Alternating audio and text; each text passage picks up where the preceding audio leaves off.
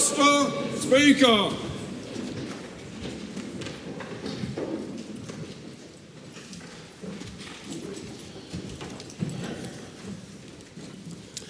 E te atua kaharawa, ka tuku whakamoimiti atu mātou ngona karakia ko waihotia mai ki runga i a mātou.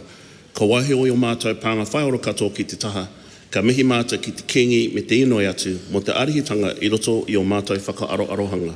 Kia mōhio ai kia whakiati ai tā mātou whakahaere i ngā take o te wharenei. Mō te oranga, te mangarongo me te aroha o Aotearoa. Āmine.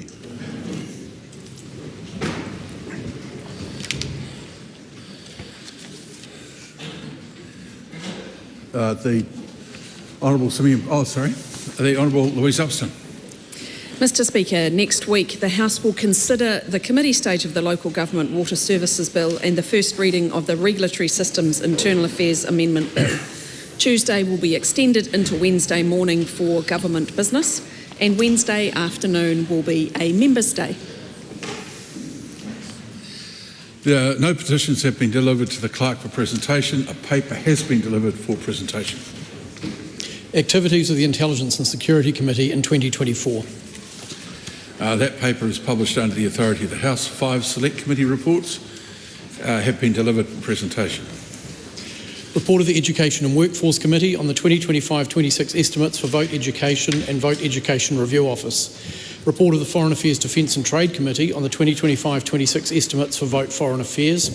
Report of the Intelligence and Security Committee on the 2025-26 estimates for Vote Communications, Security and Intelligence and Vote Security Intelligence.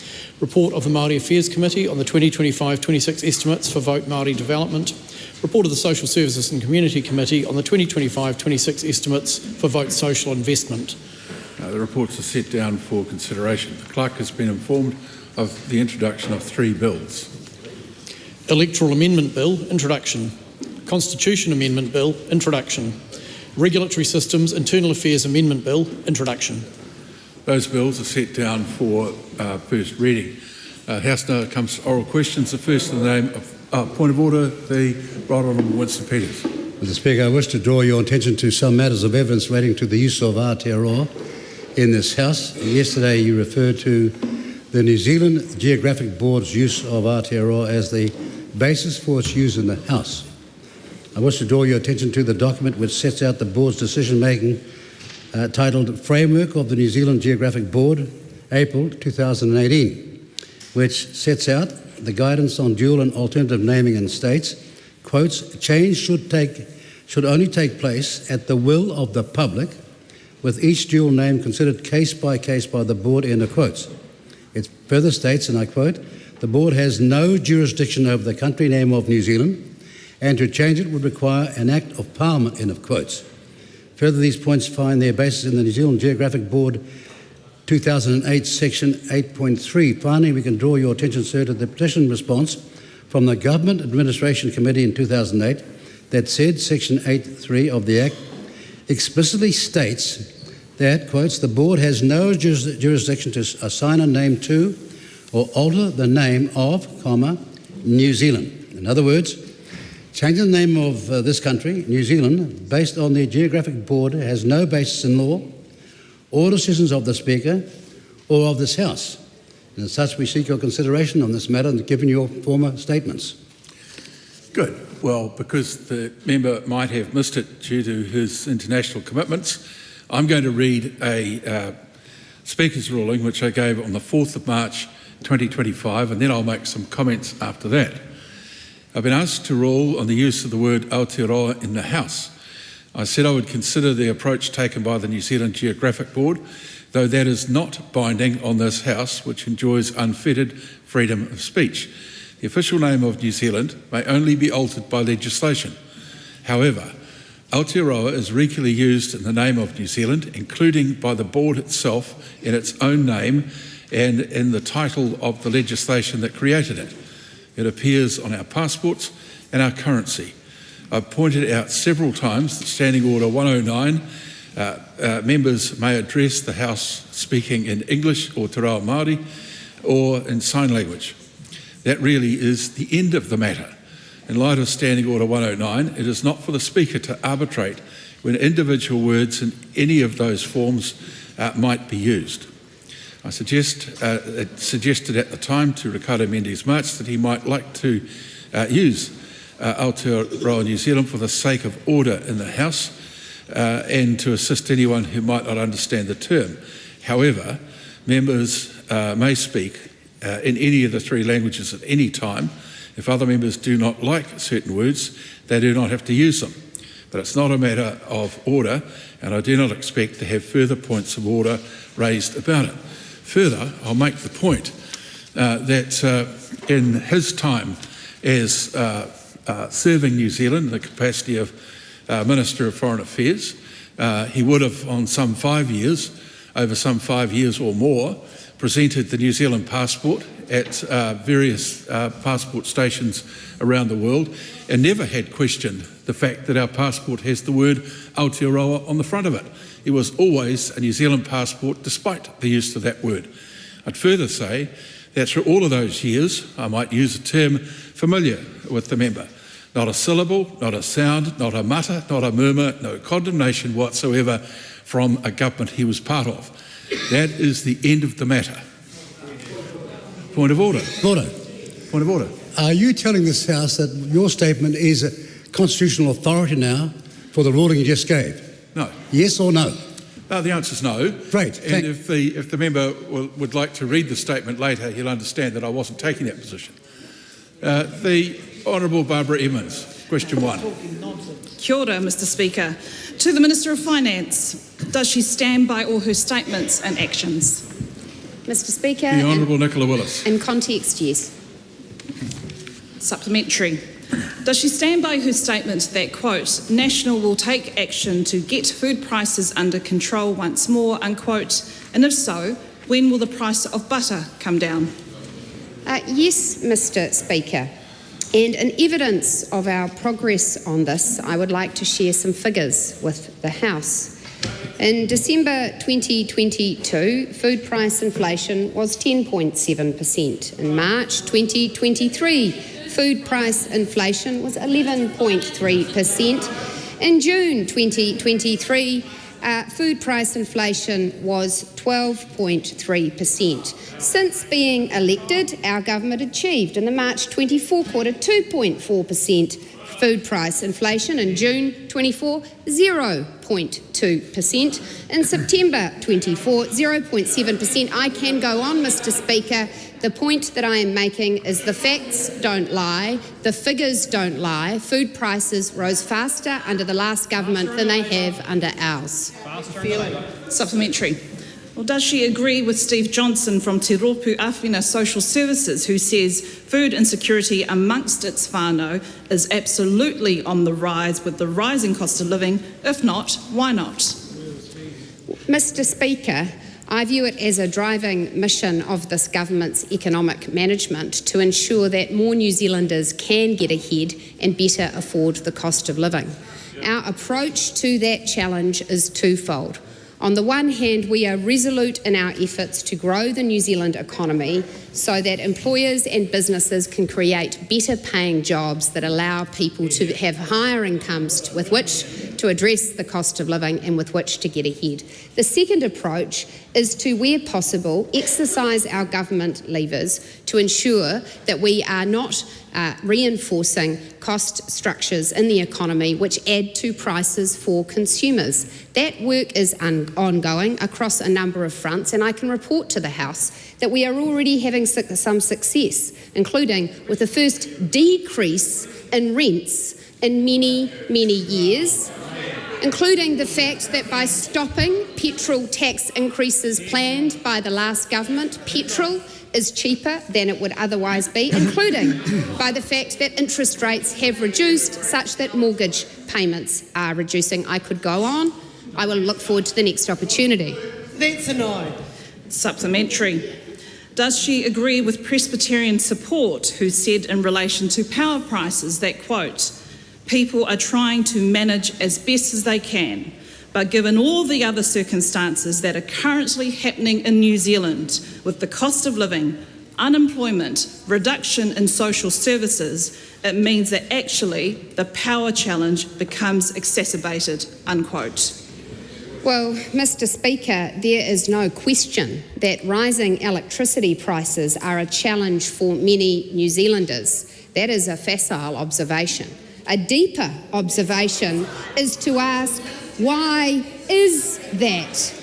And I would point out to the member that one of the major drivers of that is an acute gas shortage in New Zealand. Now, why would that be occurring, colleagues? Well, the last government banned the exploration of oil and gas.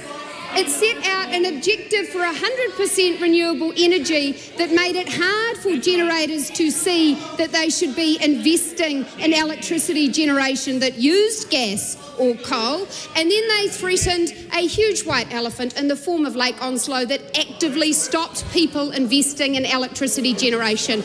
You can play with sound bites, we play with substance.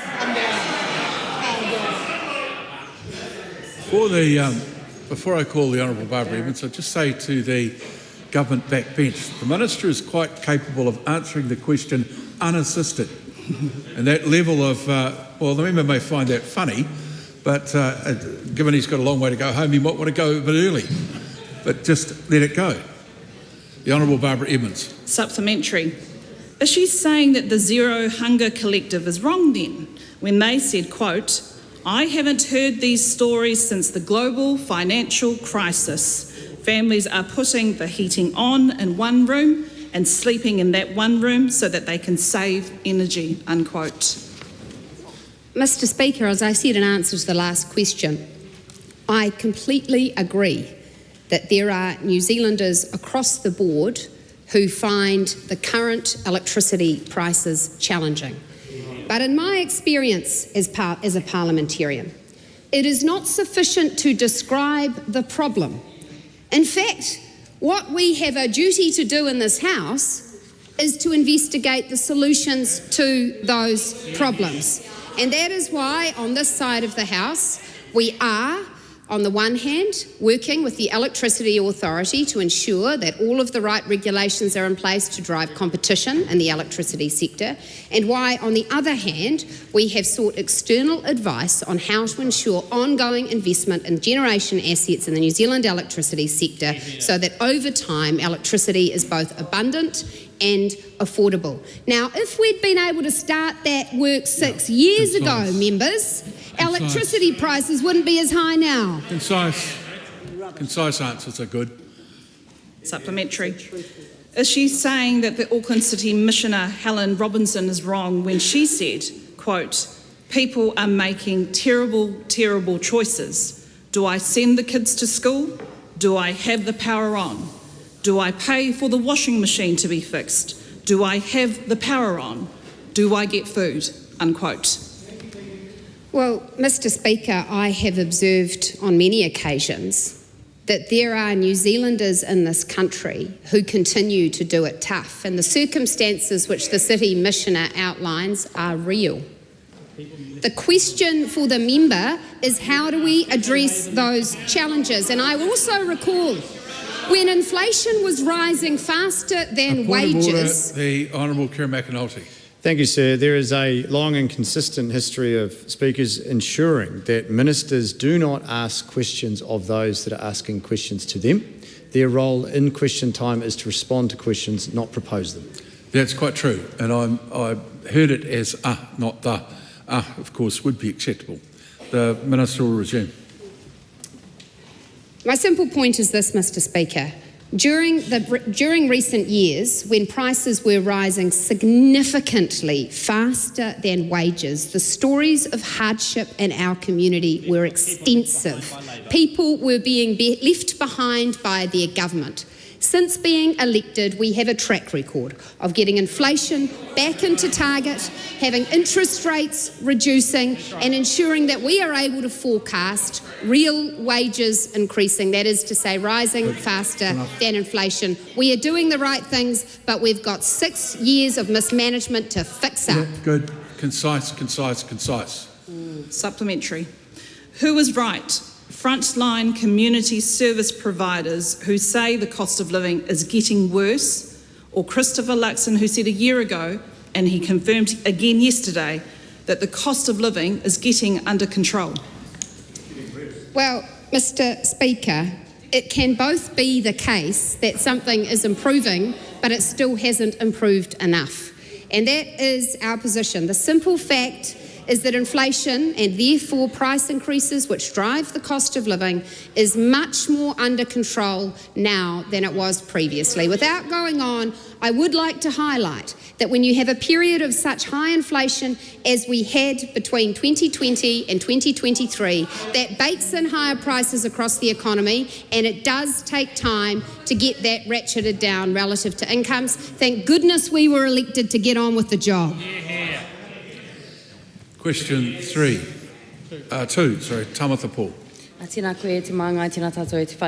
My question is to the Associate Minister of Housing and asks, why has homelessness increased greater than the rate of population growth, while the rejection rate for emergency housing has grown to 8 times what was reported a year ago?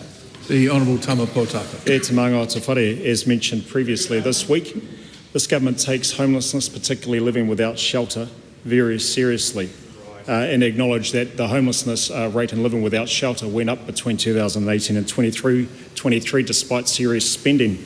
But it's not just about housing, but a range of issues. The Homelessness Insights report yesterday gives an insight in relation to the member's question, where it says it is not possible to determine the extent to which changes described in this report reflect existing trends in broader economic and social context or attributable to policy changes.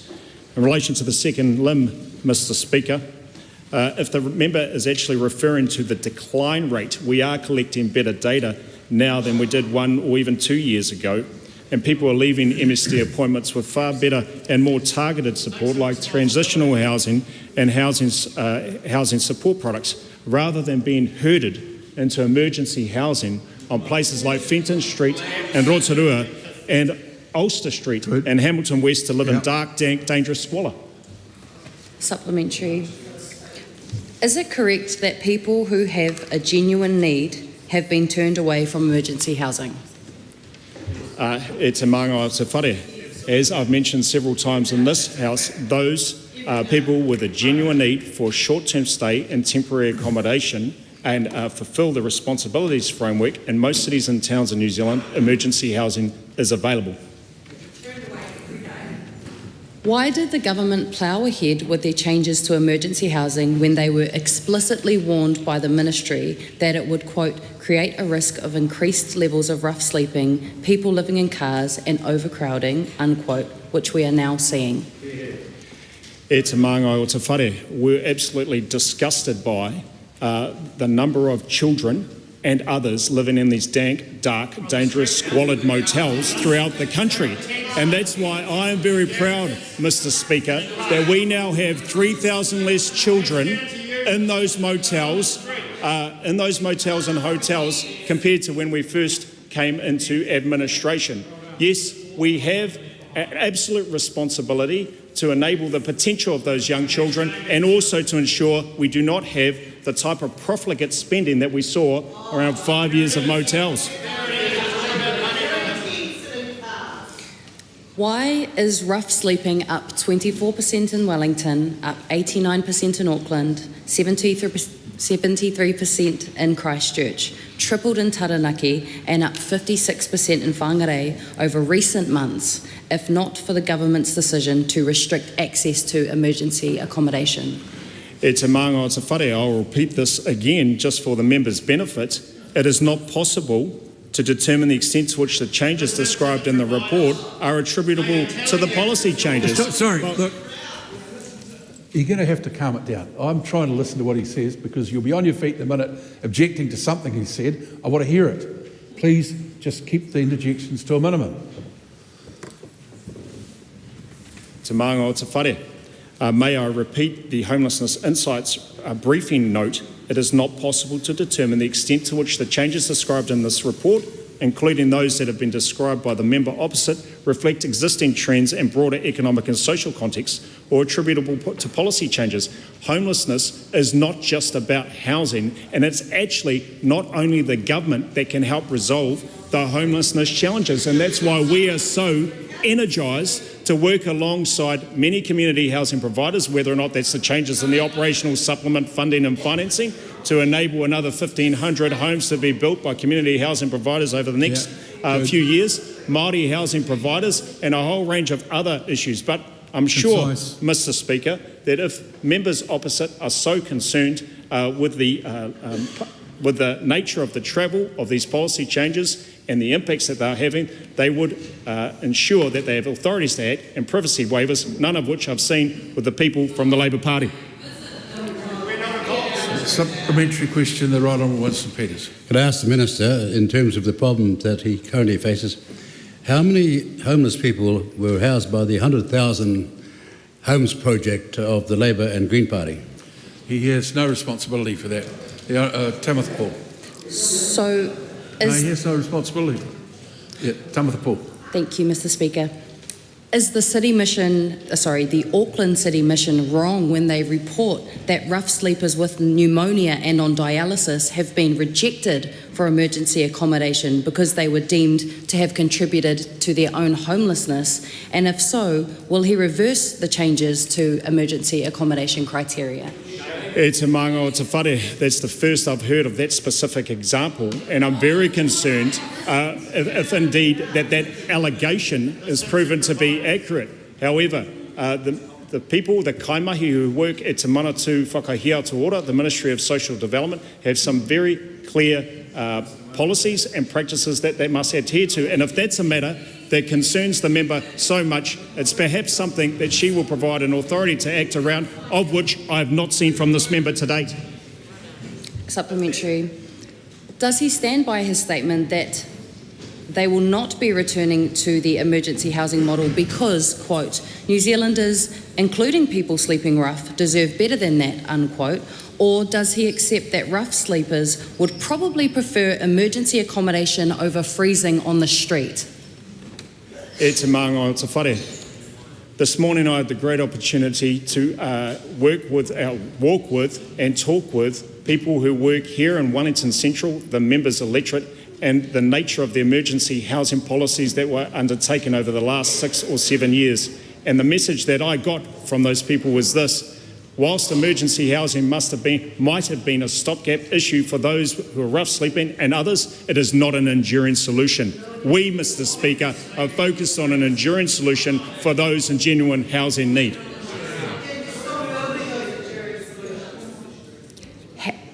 Have any social services providers that support homeless people supported his changes to emergency housing? And if so, can he name one? E te maanga o te whare.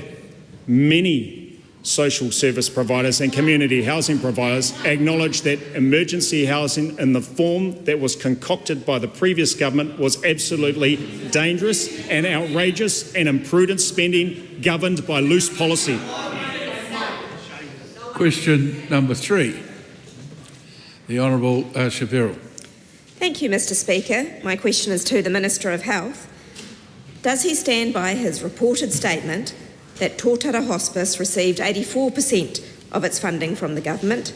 If so, why does his account differ from that of the Chief Executive, who says the correct figure is 56%? The Honourable Simeon Brown with an inside voice. In the context that was made, yes. The 84% figure is accurate and was calculated by the Ministry of Health based on Tōtara Hospice's most recent published annual report from their website. I've been advised that this is a much higher amount than the average 50 to 55% of hospice funding for hospices across New Zealand. I'm further advised that Health New Zealand has provided the hospice sector with a 3% increase in funding this year as part of the government's $1.37 billion increase investment in health in budget 2025. The government values the vital role palliative care plays for New Zealanders, and we've asked Health New Zealand to work with Hospice New Zealand on a nationally consistent approach to palliative care through the National Palliative Care Work Programme. Supplementary, why is he disputing the hospice's accounts with the Chief Executive when he has met with the organisation and has had the opportunity to get on the same page? Well, Mr. Speaker, the issue here was in relation to the media query. I provided commentary in relation to what their financial position was based on their financial analysis that was provided on their own website. So this information comes from Hospice New Zealand. It's published on Aotearoa Hospice. It's published on Aotearoa Hospice's website. But look, I acknowledge we need to have a national palliative care approach, nationally consistent approach to palliative care throughout New Zealand. It is inconsistent. This is a piece of work which is a priority for me, and I've asked Health New Zealand to progress it. Is he saying that the hospice in one of New Zealand's poorest communities needs to fundraise more? I think if you, Mr Speaker, based on my answer to the primary question, I outlined the fact that 84% of the funding, according to their own information, is funded by the government. That is a lot higher than the 50 to 55% funding the government provides on average to hospices across New Zealand. We need to have a nationally consistent approach to how we fund hospice, and that is a piece of work that I've asked Health New Zealand to progress so that we can not only support Aotearoa Hospice, but all hospices across New Zealand to be able to deliver the critical work that all New Zealanders value, which is the palliative care of New Zealanders who are dying. Supplementary, will he intervene quickly to ensure Health New Zealand fills the hospice's $3 million funding gap, or is he content to let 130 patients each month miss out on quality end-of-life care and leave families struggling without support? Mr Speaker, this government is investing more into hospice, and we're continuing to increase investment into hospice because we value the critical role that palliative care plays, but we need a nationally consistent approach to how we invest in hospice across New Zealand. That is work I've asked Hospice to do, Health New Zealand to do, and also to work regularly, I'm advised they're meeting weekly with Hospice New Zealand to work through these issues to ensure that New Zealanders can access the palliative care services that they rely on. Does he understand that hospice is a lifeline to families losing a loved one? Yes, I do. Question 4, Member Nuckley. Thank you, Mr Speaker. My question is to the Minister for Economic Growth and asks, what recent announcements has she made? The Honourable Nicola Willis. Mr Speaker, at the weekend I released an update on the work underway to improve New Zealand's infrastructure. The update is the first refresh of the Going for Growth agenda that was launched in February to drive economic growth by backing business, improving infrastructure and skills, and removing barriers to innovation. The update highlights the importance of infrastructure to economic growth and shows the government is working at pace to build a stronger infrastructure pipeline and drive better value for money. In the short term, this means jobs for people and good incomes. In the longer term, it means better infrastructure and better living standards for everyone. Great stuff. Supplementary. What is the connection between infrastructure and economic growth? Well, Mr Speaker, the quality of infrastructure has a direct bearing on the performance of our economy. Good classrooms, hospital wards and roads help children to learn, doctors and nurses to get patients back on their feet, and businesses to move goods to market quickly and efficiently. Unfortunately, New Zealand does not have a good track record of investing in infrastructure effectively. In comparison with other developed countries, we invest a large share of national income in infrastructure. However, historically, we've been in the bottom 10% of developed countries in terms of the value we get from that investment, and that is what the government is working to correct. Supplementary. What is this government doing to improve the quality of New Zealand's infrastructure? Mr Speaker, our government is turning around New Zealand's poor infrastructure track record with faster planning and financing, better funding and financing, and smarter delivery of projects. In education, for example, the smart use of standardised designs and off-site manufacturing has reduced the average cost of a new classroom from about $1.2 million to $620,000. That means we can build more classrooms for less. The update on the Infrastructure for Growth work program released at the weekend details 14 actions that have been delivered since February, another 24 that are underway. The government is getting on with doing the things that make a difference to people's standard of living. Supplementary. What has been the reaction to Sunday's infrastructure announcement? Well, Mr. Speaker, as members will be aware, the update was released alongside a list of the $6 billion worth of construction projects that we are getting underway between now and the end of the year. Infrastructure New Zealand Chief Executive Nick Leggett described the infrastructure project update as good news for the sector, and Civil Contractors New Zealand Chief Executive Alan Pollard said contractors couldn't wait to get working on these projects. Importantly, Mr. Pollard highlighted the importance of announcements translating into actions. Oh, great, Minister. Question number 5, the Honourable Kerry McAnulty. Thank you, Mr. Speaker. To the Associate Minister of Housing, does he stand by his statement, quote, "We've been really focused on making sure that those people with genuine need for housing are given some sort of support," end quote? The Honourable Tama Potaka. E te maunga te whare, I absolutely am. I will stand by the statement, and I'll stand by it for many, many years. I stand by the supporting the young lady in Tauranga that I visited who had 4 children in emergency housing between 2019 and 2022, and establishing the priority 1 decision-making process that enabled her to actually get into a social house. I stand by the people of Ngāti Maniapoto who yesterday we announced an iwi-crown relationship with to build 40 houses in Te Kuiti for Maniapoto and others in housing need. I stand by the comments of Minister Bishop when he announced an extra 1,500 community housing provided houses over the next 2 years. I stand by Minister Willis, who just announced and reminded everyone in this House that rents have flattened, and I also stand by the work that we have done to ensure that there is an agile response to some of the current challenges that are confronting us. Supplementary. Is he therefore saying that Auckland City Missioner Helen Robinson is wrong when she said, quote, "I am very, very clear that the current emergency housing policies have a direct impact on these numbers going up," end quote? E te māngai o te whare.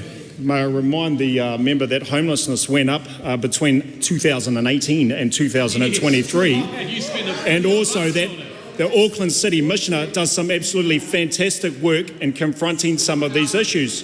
And of course, the Auckland City Missioner has a view. That view is not entirely consistent with the official Homelessness Insights report, which members opposite have paraded over, that says it is not possible to determine the extent to which changes described in this report reflect existing trends and broader economic and social contexts or attributable to policy changes.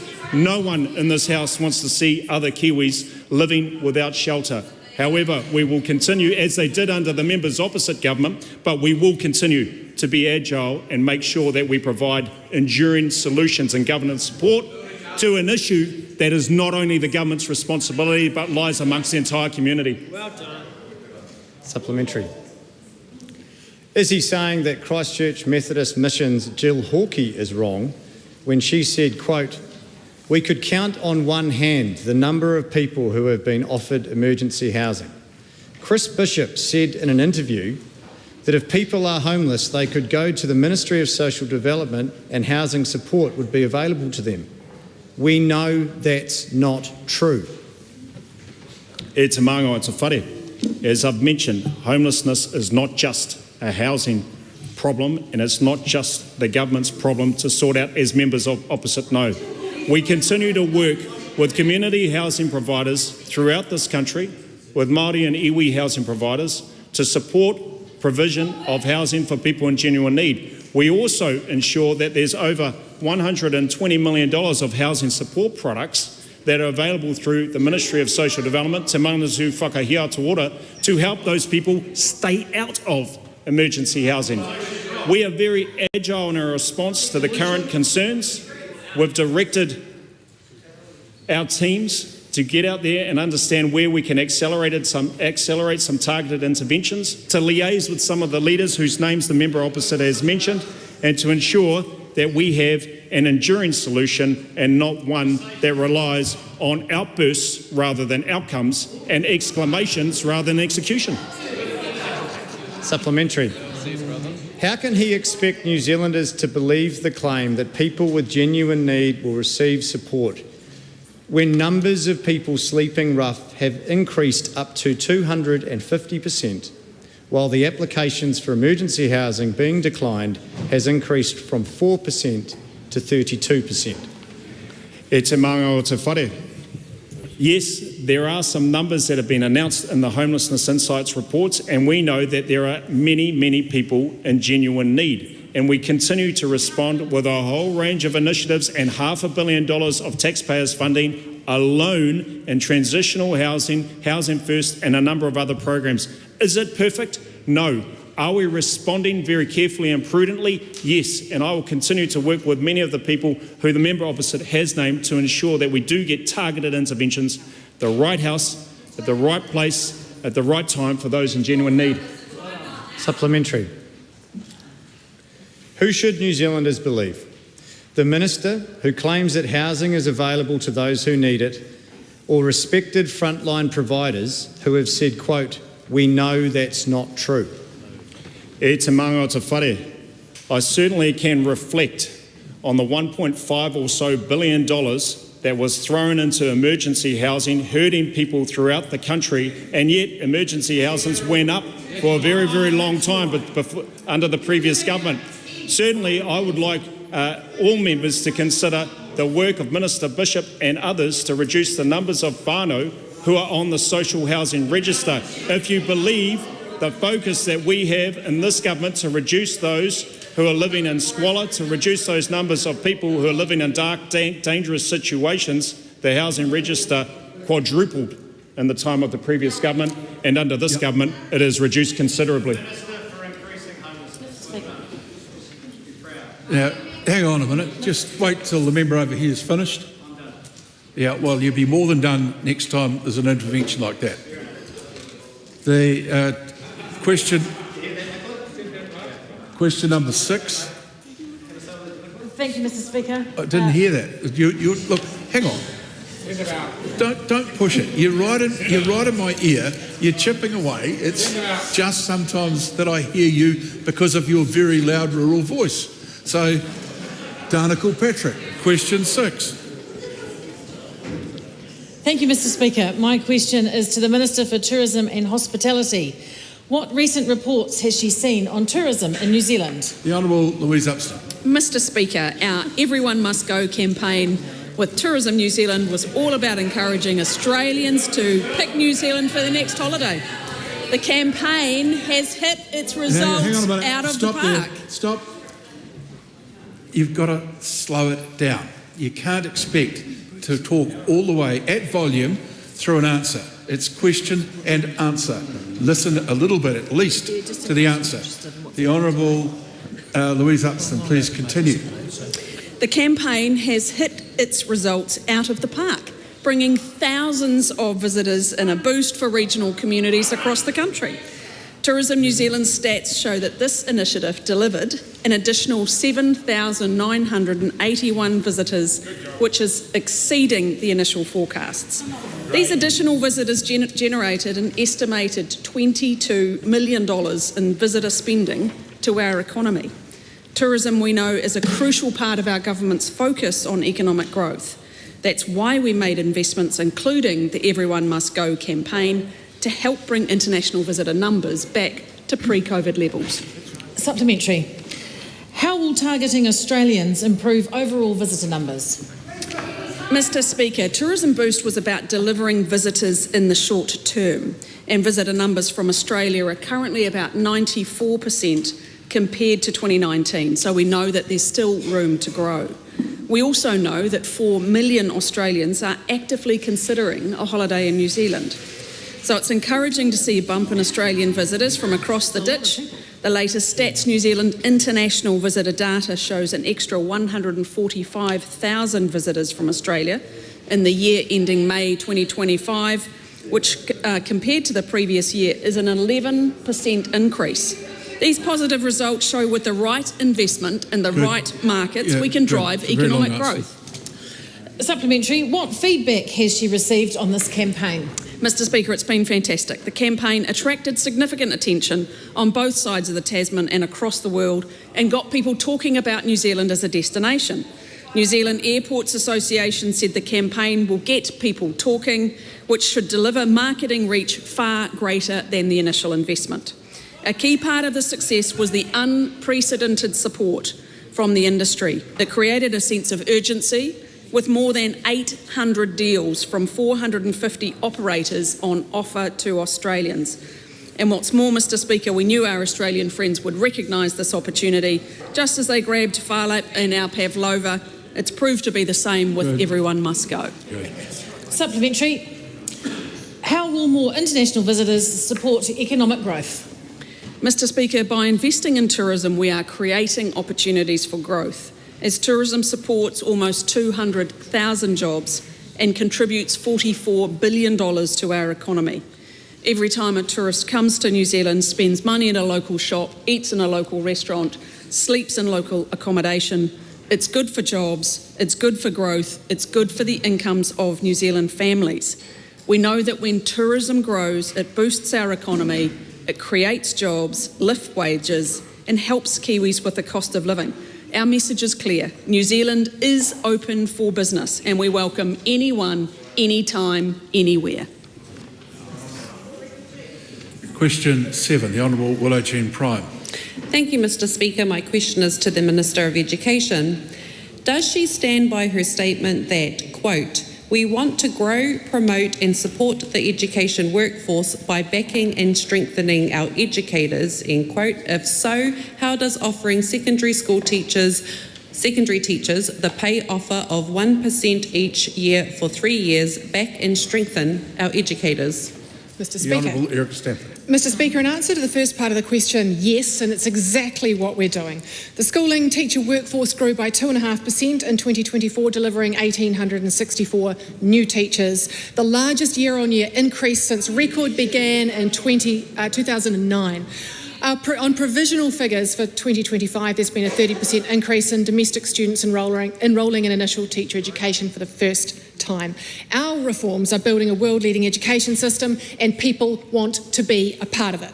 In regard to the second part of the question, the negotiation is an operational matter that's being undertaken by the Public Services Commissioner, and I agree with his comments that the offer was carefully crafted to recognise the contribution of teachers while ensuring affordability of taxpayers. Supplementary. Does she believe teachers deserve a pay offer that reflects the hard work that they do? If so, how is the lowest pay offer in 30 years even close to enough? Mr. Speaker, teachers deserve what this government has been delivering them. Tens of thousands of teachers having additional professional learning and development. Their teacher registration fees being paid to the value of $53 million, a brand new year-by-year knowledge-rich curriculum that's been delivered to them, along with resources to implement them. Mr. Speaker, the largest investment in learning support in a generation to support our amazing teaching workforce, and the largest boost to teacher numbers in a generation shows that. We're back into the barrage mode. Give it a miss or leave the House, one of the two. Minister will conclude briefly, I'm sure. I'm done. Right. Supplementary. Why did she dismiss concerns around blocking secondary school teachers' pay equity claims on the basis that they had pay negotiations coming up, only to offer teachers 1%? Mr. Speaker, it's very important that the member doesn't conflate the pay equity with sector bargaining. Pay equity is addressing historic sex-based discrimination, and unions are free to raise claims. This was, as I've said, a reasonable first offer, and it is disappointing that the PPTA did not take that to their members. Supplementary. How many Australian secondary schools stand to benefit from this pay offer? Well, Mr Speaker, it's excellent that the member raised that, because I hear this time and time again that there is an exodus of teachers to Australia, whereas the reality and the facts speak for themselves. The teacher retention rate for secondary school teachers in New Zealand is 90%, which is unchanged from years and years, Mr Speaker. But the important thing is that the numbers do not lie. As I said in my primary question, a 30% increase in the first-time enrolments of domestic students in 2025. That means currently today, an extra 925 students are training to be secondary school teachers. And the opposition should take note, because in 2023 it was only 690. That is a 34% increase under this government, because, as I've said, we are creating a world-leading education system. People want to be a part of it, and they didn't under that government. Supplementary. How does 1% help teachers with the cost of living when inflation has increased to 2.7%? Mr Speaker, I'll reiterate what I said in my initial question. This negotiation is being undertaken by the Public Services Commissioner, and I agree with his comments. The offer was carefully crafted to recognise the contribution of teachers while ensuring affordability to taxpayers. But what I would note, Mr Speaker, was that this offer represents between $3,100 and $8,000, including annual salary progressions, and it's important to note that. Point of order, the Honourable Winston Peters. Mr Speaker, Widow Jean Prime asked a number of questions, and after each one she interjected the whole time the way through. We do assume that it's because, as a questioner, she's absolutely incompetent, or she's allowed to do what she feels like in this House. Well, it's not conducive to the order of the House to make personal comments about members, but about perhaps the observation would be one that the public themselves might conclude, should they be watching. Question 8, Greg Fleming. E te manga o te whare to the Minister for Mental Health. What recent announcements has he made about Gumboot Friday? Just hang on a minute. There's a whole lot of noise in the House. The Honourable Matt Susi. Thank you, Mr Speaker. This morning I attended an event with I Am Hope to mark the first 12 months in ongoing government funding for Gumboot Friday. Over the last year, Gumboot Friday has been able to scale up and deliver more than 30,000 free counselling sessions and have supported more than 10,000 young Kiwis who might not otherwise have access to timely support. The government committed $24 million over 4 years to the Gumboot Friday initiative under the National New Zealand First Coalition Agreement to scale up its support for young people across the country. We're turning the corner with reducing wait times, increasing the workforce. Initiatives such as Gumboot Friday are helping drive that change. How has the government funding enabled Gumboot Friday to scale up their services to young people? Well, Mr Speaker, in addition to the 30,000 sessions delivered and 10,000 young people seen last year, Gumboot Friday also increased their numbers of counsellors. There are now more than 700 qualified counsellors registered on the Gumboot Friday platform, a 33% increase over the last year. This is an additional 175 counsellors. This has been given our young people a greater choice at the counsellor they see, and has ensured that if someone is reaching out, they are seen when and where they need it. How will Gumboot Friday support more young New Zealanders over the next year? Well, that's a good question, Mr Speaker. This government is focused on increasing access to timely mental health and addiction support. By partnering with grassroots organisations like I Am Hope, we can make a real difference in the lives of many young New Zealanders. The government is backing Gumboot Friday to deliver more. Funding for 2025-2026 will deliver up to 40,000 individual counselling sessions, reaching as many as 15,000 young Kiwis. Over the next 12 months, the organisation will be looking at how it can scale up and encourage even more young people to access free counselling. How does Gumboot Friday support the government's targets for prevention and early intervention? Well, Mr Speaker, ultimately what we want to do is ensure young people have timely access, because it's a real red flag in mental health to have young people stuck on a waiting list. Mr Speaker, the government knows the value of prevention and early intervention. We know intervening early can stop small problems from becoming big issues. There are not many organisations that can get our young people off waiting lists into support, often within just a few days, and Gumboot Friday are doing a fantastic job of providing services to our young people quickly.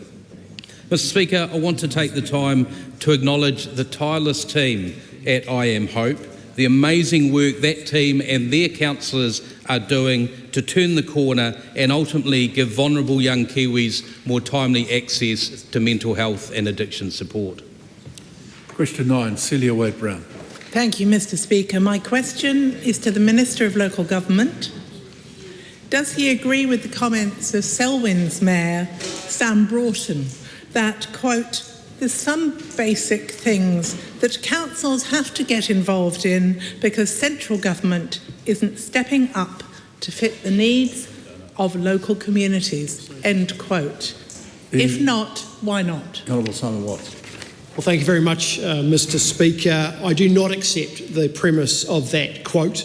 This government is one that is invested in the needs of local communities and was elected with a clear mandate to get councils back to basics.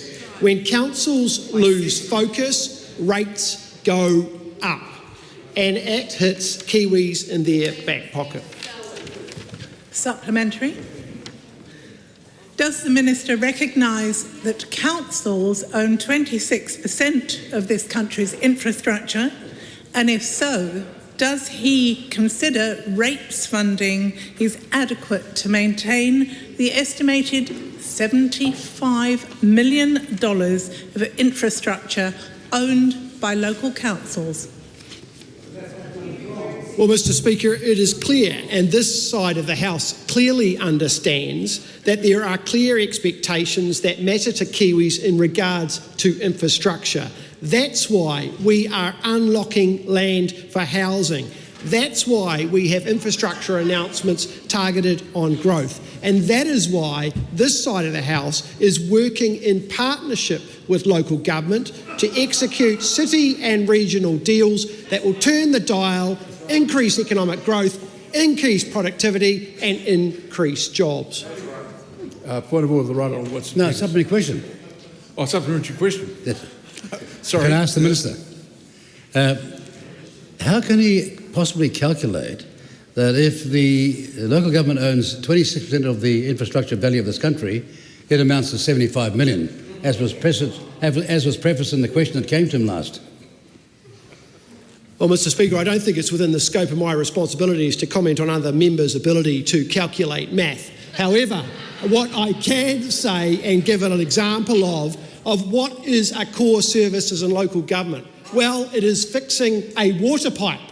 What is non-core? Well, spending $17,000 to paint a statue of a donut in Selwyn.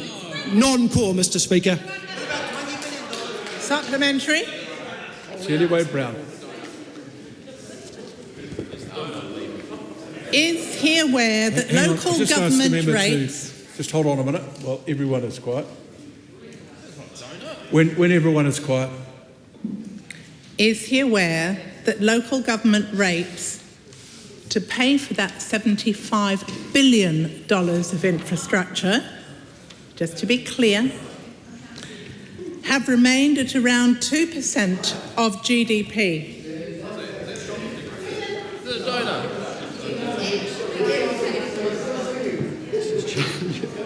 Questions are heard without any comment. So the member will start her question again without adding any little bits to it. Is he aware that local government rates have remained at around 2% of GDP for over a century, despite increased obligations and infrastructure requirements, while central government taxes have risen as high as 35% of GDP? So if so, does he accept that the problem is actually a broken funding model that leaves councils with no choice but to raise rates to meet basic infrastructure needs? Well, Mr Speaker, what I can assure the House is that last year the average rate increase in this country was 9.6% and the inflation rate was 2.2%. I make no apology that on this side of the House, the government is standing up for Kiwis in a cost of living crisis. Ratepayers are not a bottomless ATM, and rates caps and other interventions are there to protect ratepayers. This government is on the side of ratepayers who are sick and tired of seeing their councils spending on nice-to-haves. They must address the basics. Supplementary. Does he accept officials' analysis that the removal of the 4 well-beings will have limited impact on reducing rates and that it may create further implementation costs and issues for local government? Well, Mr Speaker, the simple fact is that when you define what are core services, then as a result of that, councils deliver the basics. As it stands at the moment, what is included within the 4 well-beings includes pretty much everything. And that is a major problem. It is a major driver of the increase in rates, and the increase in rates is a major and contributing factor to increases in inflation. That is why, on this side of the House, this government is taking action through the implementation of legislation last week. Does he regret his comments at the 2025 Local Government New Zealand conference comparing democratically elected councillors and mayors to undisciplined children? And does he think these comments show respect to the communities who elect them and correctly represent his government's views on localism? Mr Speaker, this government is focused on ensuring ratepayers get value for money.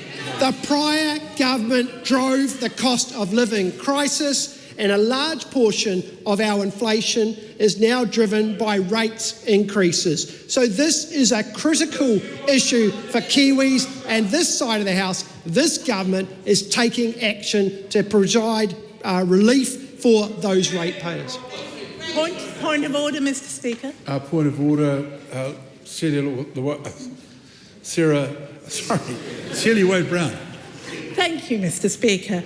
I seek leave to table a graph comparing local government rates and general taxation as a percentage of GDP. It's research from the Parliamentary Library and is not publicly available. Leader's thoughts. Is there any objection to that course of action? It appears to be none. Thank you. Ruben Davidson, question 10. Thank you, Mr Speaker. My question is to the Minister for Media and Communications and asks, does he stand by the decision to cut funding to Radio New Zealand in Budget 2025? If so, why? The Honourable Paul Goldsmith. Yes, Mr Speaker. Because the country couldn't go on spending at the levels that we were spending when this government came into power, and so we've had to make tough decisions. And when I looked around the arts and the media context, where I looked at entities that had significant increases in funding over the previous years, and Radio New Zealand was one such, and so a modest element of savings was required. Supplementary. Just before you start, questions are heard in silence. What advice has he received regarding job losses and voluntary redundancies because of the government's decision to cut funding to RNZ? Well, the Radio New Zealand has been looking at voluntary redundancies, and that's a process that they're working their way through. And I am certainly aware that the number of people working at Radio New Zealand has increased dramatically after 2017 from about 265 through to about 365, so over 100, and there may be some reversal of that flow, but there'll still be a lot more people there than there were some time ago, and they're delivering a great job for New Zealanders. Supplementary. How many people have lost their jobs in the media sector since he became the Minister? Well, I wouldn't give the member the exact number, but there have been substantial job losses, as everybody is aware, across the media sector. The way that people get their news and entertainment and information has changed dramatically over the past few years, and so people are ultimately competing for attention and eyeballs with a whole host of different things, including TikTok and a whole lot of things that the member may or may not be aware of. And so that has meant that funding has followed some of that, and so the industry is going through a time of change, and that's very unsettling for many people involved in that. But I have every confidence that the broader sector will find a sustainable economic path through this, and it's been interesting to see some announcements around investment in both Stuff and TV3 recently, and I welcome those. Supplementary. Does an $18 million cut to Radio New Zealand represent the, quote, immediate action to support New Zealand's media, end quote, that the Minister promised last year? Well, it's one of the responses we've had to a broader issue, because it did enable us to put some extra resources into New Zealand on air, 6.4 million, which will help a whole host of entities create New Zealand stories. And of course, some other things that we've done is including the legislation that was before the House around Sunday advertising. And I do thank the member and the Labour Party for their support of that in the spirit of bipartisanship, and I encourage them to continue on that vein. Supplementary. Simon Court. Thank you, Mr. Speaker. To the Minister, is it correct that Radio New Zealand's funding increased by 50% between 2017 and 2023? And does he agree that Radio New Zealand should not be immune from having to make savings during tight fiscal times?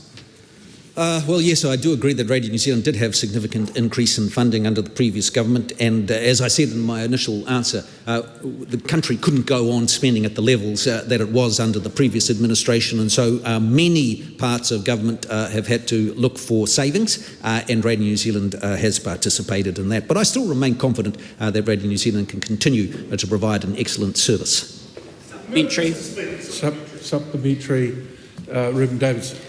When can New Zealanders finally expect to see some of that immediate action that the Minister promised the public more than a year ago? Well, we've seen some of that immediate action already. There were changes made to funding so that Shorten Street and other such entities could have the funding. We've got the broadcasting bill on Sunday advertising. If the Minister wants me to forge ahead with the digital, if the member wants me to, well, thank you very much. If the member wants me to forge ahead with changes around the digital space in the geopolitical context that we've got at the moment, I'd encourage him to keep talking that way, but we're taking a very measured approach and watching changes very carefully. Mr. Speaker, supplementary. Simon Court. Thank you, Mr. Speaker. To the Minister, is he aware that Radio New Zealand's trust score has dropped by 14% since 2020? And why is it so important that the media is trusted?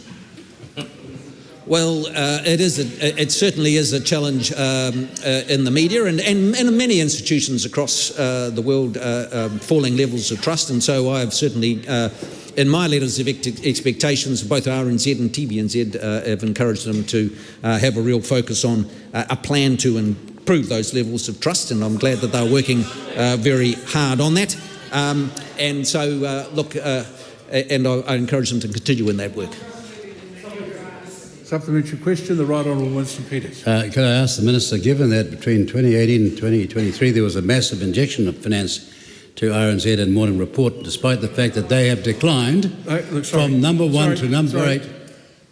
No comment at all from anyone in the House, and I don't want to mention names. No comments while the question is being asked. Please start again. Right Honourable Winston Peters. Can I ask the Minister, given that there was a massive injection of funding between 2018 and 2023, and despite that, Morning Report and RNZ have gone from number 1 in the market in the last 5 years to number 8, is it capable of being salvaged, or is it just plain hopeless? I find listening to Morning Report highly motivational, and I do it most days. All politicians will have a variety of opinions on that. but I've got every confidence that Radio New Zealand can continue to deliver a high-quality service, and we are expecting better performance from them, as we are from every agency across government. Speaker. When the House settles. Thank you. Tēnā koe, Mr. Maria Speaker. Mino Kapakingi. Tēnā tātou te whare. My questions are to the Associate Minister for Homelessness. And it reads, how has the government's declining of 28% more emergency housing applications in March 2025 compared to the year before contributed to the Auckland, Far North and Whangarei territorial authorities reporting the highest number of homeless whānau in Aotearoa, according to the Homelessness Insights Report, June 2025. The Honourable Tama Porta. Sorry, Mr. Speaker, point of order. Oh, point of order, it's on court. Look, I'm not sure if other members of the House heard it, but I think I heard that member ask the question without reading the question on the page and addressing it to not the Minister, but to the Minister of something else. Just wondering if any other members... Speaking to the point of order. No need. I was watching it, because it's a long question, I was watching. So if there was something that was picked up by you, what specifically was it? Mr. Speaker, I think the member addressed the question to the Minister for Homelessness. Yes. Then I'm sure the member... Oh, look, it's members of the House time. The member can ask the question again. Okay. Thank you, Mr. Speaker. My questions are to the Minister for Housing. I can read the Associate Minister of Housing. Should I read the question again completely? Read the whole thing as it's written on the page one more time. My questions are to the Associate Minister for Housing. Forgive me if I got that wrong before. That's right. It was obviously in the context. Get on with it, please. Okay. How has the government's declining of 28% more emergency housing applications in March 2025 compared to the year before contributed to the Auckland, Far North and Whangarei territorial authorities reporting the highest number of homeless whānau in Aotearoa, according to the Homelessness Insights Report, June 2025. The Honourable Tama Portaka. E te manga te whare. Whilst our data sets are improving, accurate numbers are still hard to pin down, but the attribution of declines or any other factor to homelessness are difficult to quantify. That's why we are so hopeful that Māori housing providers, for those in genuine need, and the members rohe efficiently deliver on housing in places like Utakura, Te Hapua, and others which have fast-track legislative support like Bissett Road and Kaikohe and Ngāi Takoto and Awanui, and others who the Prime Minister and I talked to last Thursday about these challenges in Te Tai Tokerau. Supplementary. Does he agree that it is fair and just that 22.5% of all emergency housing applications that were denied to whānau were declined on the grounds that their, quote, circumstances could have been reasonably foreseen, end quote, and if not, will he commit to instructing MSD to accept these applications instead of condemning our whānau to the streets? E te māngai o te whare, there are very clear responsibilities, framework and criteria that kaimahi e te manatu whakahiato ora now have in order to make an assessment of whānau and individuals who are applying for emergency housing. Those matters remain the purview of the operational arms of the Ministry of Social Development. However, it is very helpful that we have more reporting across these various categories. Question number 12, Grant McKellum. Thank you, Mr. Speaker. My question is to the Minister for Building and Construction and asks, what announcements has the government made to make building in New Zealand more affordable? The Honourable Chris Pink. Mr. Speaker, thank you. Building in New Zealand is too expensive because it's too difficult, uncertain and slow. Costs have increased between 2019 and 2023 by some 40%, and we're doing something about it. So recently the government announced that we would remove the rigid aspect of the installation rules to ease the burden on builders, thereby lowering costs without lowering standards. Supplementary. How will the changes to insulation standards lower building costs? Mr. Speaker, by official estimates, the changes are expected to lower building costs by up to $15,000 per new build. By providing more flexibility to builders, they will be able to meet the building code standards in a way that is more cost effective. Currently, the prescriptive pathway known as the schedule method doesn't allow for design trade-offs. So by providing more flexibility, we can achieve the same outcomes at a lower price. Supplementary. What announcement has he made regarding Northland? Sir, we've announced that we're working on designating Northland as a separate climate zone under the building code, further evidence of adopting a more tailored approach. I've heard from the Far North District Council that building costs there are miles above the rest, approaching $5,000 per square metre. They're pushing for a change to deliver more homes for locals at a reasonable price, an ambition that we fully support. Supplementary. What feedback has he received from the North on the proposed changes? Mr. Speaker, the feedback's been incredibly positive, including when I was up north with the member asking the question, making that announcement recently. I'd like to thank, in particular, the Far North District Council, including Mayor Moko Tipania, for his advocacy on this important issue. And it just so happens that we bumped into each other at a Northland Focus function last night and were able to catch up on that. And of course, the advocacy of their excellent Member of Parliament as well. So recognising Northland's unique climate with a separate zone is a sensible step that can lower costs and unlock much needed housing supply.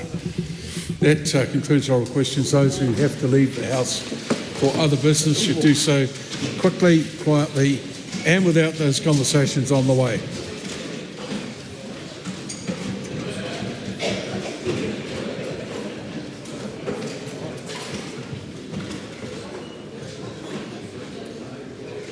You first up on point of order. Oh, that's right, that's right. Now, when you do that, that is a conversation going on over there. Point of order, sir. Point of order, the Honourable Kira McAnulty. Thank you very much. At the end of question time last Thursday, I requested that you consider the use of, I guess, context and commentary in the lead up to the asking of a question. There have been some discussions through points of order and other ways in the House around what actually is an appropriate format for a question. Some speakers, notably Speaker Mallard, required the use of what he termed a question word at the start of a question. Now, no problem that you haven't got back to us. I consider that you're still thinking about this. And in that vein, I would like to point out an example from today from the Right Honourable Winston Peters. Started with, can I ask the Minister, a period of commentary and then the actual question. And so my question to you, sir, is that simply asking if he can ask the Minister, does that warrant a question? And the commentary that comes after it, is that appropriate? No problem either way, just some clarity so that will guide us how we approach it in future. Look, I thank the member for raising it. It is something that I'm still wanting to come back to the House on. It's also a matter that I'm going to refer to the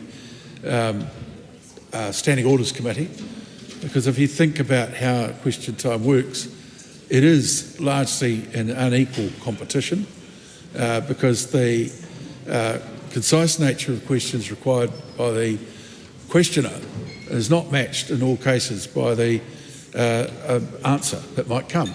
Now that may not be necessary. If the member reflects a little bit on the structures that other parliaments have, it's not uncommon for a questioner in other parliaments to actually speak for a period of time before finally asking a question. Well, Westminster is a perfect example, and there are many others. So I think it is a matter that the Standing Orders Committee should consider. The current format for questions was devised in the Parliament between 81 and 84 and came into effect in 1984. So it's quite some time 40 years, effectively, since this particular format was reviewed. So thank you for raising that. It is under active consideration. Thank you. Come now to Government Order of the Day number 1. Government Order of the Day number 1. Budapest Convention and Related Matters Legislation Amendment Bill, third reading. The Honourable Paul Goldsmith. Thank you, Mr. Speaker. I move that the Budapest Convention and Related Matters Legislation Amendment Bill be now read a third time. And, Mr. Speaker, when people think about the things that this government is focused on, restoring law and order has been one of our core promises to the people of New Zealand, and that takes many different forms. A lot of it has been canvassed in many other parts of the House, but this piece of legislation is part of that overall plan. It means that New Zealand can finally join the Budapest Convention and demonstrate our commitment to the global fight against cybercrime. Cybercrime causes New Zealand a significant financial harm and emotional distress. According to the Ministry of Justice's New Zealand Crime and Victims Survey, 11% of New Zealanders were victims of fraud and cybercrime in 2024, and the National Cyber Security Centre estimates $1.6 billion was lost to online threats. However, many of the criminals, of course, that seek to exploit New Zealanders do not operate within our borders, and we cannot fight them alone. And by joining the Budapest Convention, we will join a global community of like-minded countries who are dedicated to working together against cybercrime. Joining the Convention will give our law enforcement agencies new tools to protect New Zealanders. It will make it easier to request overseas assistance in gathering evidence, especially digital evidence that is stored outside New Zealand. Access to this evidence can be crucial to successful detection, investigation and prosecution of crimes of all kinds, not just cybercrime. Mr. Speaker, the passage of this bill is a necessary step towards joining the Convention, ensuring that as it does, that our domestic legislation complies with the Convention's requirements and international best practice. The bill will also enable law enforcement agencies to take full advantage of joining the Convention by ensuring that they are appropriately empowered to gather digital evidence and collaborate with international partners on cross-border investigation. It does this in two ways. Firstly, it amends the Search and Surveillance Act to create a regime for preservation directions, a new power that enables law enforcement to prevent somebody from deleting information that may be evidence of a crime. This will be particularly valuable for cross-border investigations where it can unfortunately take a long time to get authorisation to seize evidence. Preservation directions will enable law enforcement to act quickly to protect evidence while this is taking place. Secondly, amendments to the Mutual Assistance in Criminal Matters Act will expand the kinds of assistance for criminal investigations we can provide to foreign countries and seek in return. Getting these settings right is crucial to ensuring that we can hold our own offenders to account regardless of where the evidence is stored, and that we can support other countries to do the same. In addition to these two key measures, the bill also makes several other small changes, including changes to the Crimes Act, Telecoms Interception Capability and Security Act, and these changes ensure our legislation fully complies with the Convention. Other amendments ensure the bill provides additional protections for human rights and that international cooperation does not run counter to the public interest of New Zealand. The bill has been improved along the way by the efforts of the Justice Committee, and I want to thank members of the committee for the time they took, and the many people who took time to submit, and for the officials that provided helpful advice. Mr. Speaker, this government's committed to ensuring our law and order enforcement agencies have the tools they need to tackle crime in all its forms, and this bill will contribute to this goal by providing modern, fit-for-purpose powers that respond to the concerns of the digital age. I look forward to New Zealand being able to join, become a member of the Budapest Convention, signalling to the world that we are dedicated to the fight against cybercrime. Thank you, Mr. Speaker. Mr. Speaker. Before I call the member, I just wonder if the Minister wants to present a legislative statement on this bill. Indeed I do. Would you like to seek leave to do so since it's out of sequence? I'd seek leave to present a legislative statement. Leave is sought for that purpose. Any objection? appears to be none. Where you go, proceed. Can you use the words? Oh, well I see. I present the legislative statement on this, the Budapest Convention and Related Matters Legislation Amendment Bill to the House. The legislative statement is published under the authority of the House and can be found on the parliamentary website. The question is the motion be agreed to. I call the Honourable Ginny Anderson. Thank you very much, Mr Speaker. It's a pleasure to take a third and final call on the Budapest Convention and Related Matters Legislation Amendment Bill. As the House is well aware, Labor supports this bill. It was something initiated under us.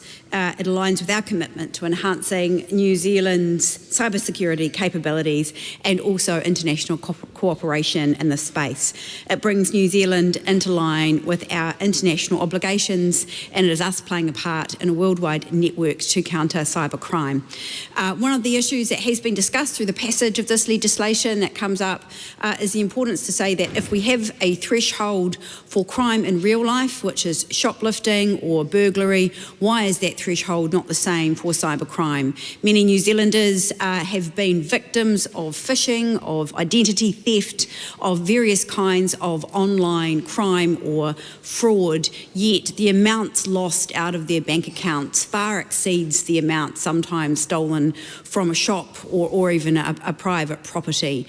It's a lot harder for those New Zealanders to seek redress, to seek justice, and to be able to have a clear pathway on how to get their lost funds. So while this is great that we're having a greater level of international cooperation with our partner agencies in our partner countries, it's also incumbent upon New Zealand to resource law enforcement agencies to be able to respond to cybercrime that occurs here in New Zealand. And we know that in the recent Crime and Victim Survey and other surveys that the levels of cybercrime in New Zealand is growing exponentially. It's one area where we need to have increased investment. And while we know there's been speculation as to if you have a burglary or a shoplifting worth less than 500, whether the police will turn up or not, given there was a directive sent out not to go, and then it kind of got retracted when it got bad media. What is the story with cybercrime? Because there are individuals who lose tens of thousands of dollars to cybercrime, and it's incredibly difficult for them to seek justice. Often they are told that it's for them to go to their bank or their insurance company and to seek redress through those routes, where I believe that we need to have a more ready response to those levels. This bill does build on the work that Labor did in government to join the Budapest Convention, and it implements also some of those recommendations that were made in the Royal Commission of Inquiry after the Christchurch March 15th terror attack. We know that cybercrime is a growing frontier of criminal activity, and I would like to highlight the fact that it's important to have that same threshold of crime in real life versus crime online. They should be the same level of severity, irrespective of how that crime is conducted. And the problem that we create if there's not that similar threshold is it incentivises crime to be online. Those criminals who want to operate and to elicit funds illegally are attracted to online networks and online ways of stealing money and taking people's savings if they can get more, and the punishment is reduced. So we want to make sure that we have consistency right across our law, and that we are working well with counterparts to make sure there are fewer gaps that criminal networks are able to exploit. But that is why this bill is important. It really enables us to join hands with a number of other partner countries to provide limited opportunities for organised criminal networks to exploit those people who work hard and have their savings locked up. 11% of New Zealanders were victims of cybercrime in 2023, and that's a growing number, Mr. Speaker. We know that cybercrime does cause serious financial harm, not only to individuals but also to businesses. We want to make sure that in New Zealand we are able to have a high level of confidence, trust and confidence with personal information that is used online, and that trust and confidence is significantly actually undermined, the more that criminal networks or operatives are able to exploit people. It erodes that trust and confidence, and it makes us less able and flexible to evolve and have a digital system if people do not have that level of trust and confidence. A lot of cybercrime does happen across borders, and that's where criminals exploit those differences between jurisdictions. The Budapest Convention aligns with the international community, and it enables us to cooperate in catching and prosecuting cyber criminals. So knowing where these people are coming from, where they are operating, and working in unison with their jurisdictions to make sure that people are held accountable when they commit a crime. We expect someone who steals from a shop to be held accountable and to be punished. The same thing should occur for those criminals who operate in cyberspace. What this bill does is it's designed to update New Zealand's legal framework to be able to counter that cybercrime far more effectively than what we do already. It paves the way for New Zealand to really enhance that level of international cooperation, and it does this by introducing new tools for law enforcement that previously we did not have. One of these, it's been discussed at length at the committee stage and other stages of the bill, is data preservation orders. This helps essentially to secure digital evidence, to keep that evidence and make sure it can be used to demonstrate and prove who is behind the criminal activities, that is gain funds or access to personal information. It improves mechanisms for accessing electronic data and international cooperation on cybercrime. Essentially, it means that that data can be requested from telecommunications companies and be able to be used as evidence to demonstrate a network of criminal operating in that space. The bill effectively amends the Search and Surveillance Act and also MACMA, Mutual Assistance in Criminal Matters. And the primary change to the Search and Surveillance Act is the introduction of those preservation directions. That means that New Zealand Police and others are able to have access to computer data to be preserved where there are grounds to believe that documents are particularly vulnerable to loss or modification. A preservation direction is the interim measure for ensuring that evidence in the form of documents is preserved before a production order is sought, requiring those documents to be produced. And typically when someone has committed an act in cybercrime, they will simply close an account or shut it down to remove traces of themselves. These orders operate to be in advance of that and to be able to secure that information, so before the account is shut down or closed, where law enforcement authorities are able to gain that information and know who is behind that criminal activity. Where a person is subject to a preservation direction, they are legally obligated to keep the existence of that direction confidential for a period of time to avoid prejudicing any potential criminal investigation. That'll be a difficult area. It'll be interesting to see over that time lapse how our law enforcement authorities work alongside of other agencies to make sure that that comes into force and works well. And I'm sure there'll be some changes to see how it works, particularly if they're going through courts and if there are delays in the courts, depending on when they're being prosecuted. The Select Committee heard some really excellent evidence and we made a number of amendments to the bill, including to make clear that the public interest in avoiding prejudiced proceedings for an offence against a foreign country includes public interest in avoiding undue delay. And so ensuring that all of those things are looked after, those amendments were made. We also recommended amending clause 37 to include the public interest in ensuring notifiable persons can challenge the legality of a proposed direction.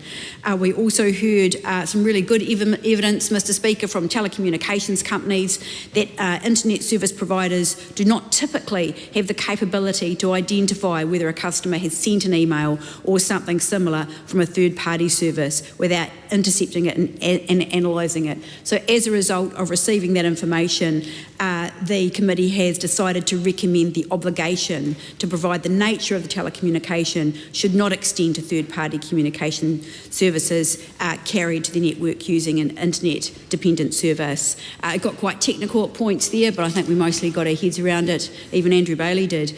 And so we're really happy to work together, and it's nice to see the committee agreeing to progressing a piece of work that hopefully will strengthen law enforcement not only in New Zealand but working with our international counterparts to reduce the opportunities for organised networks to use cybercrime to take money, personal identification of hard-working people. We have to do our part on the global stage, and this bill is a small step in the direction of doing that. I commend it to the House. Good speech. Call on Ko Rangikata. Thank you, Mr. Speaker. We are broken-hearted, but we are not broken. This is a quote from the Imam of Al Noor Mosque, where on March 15th, 2019, 51 Muslim worshippers were martyred and 49 were injured in the terrorist attacks during the Friday congressional prayer.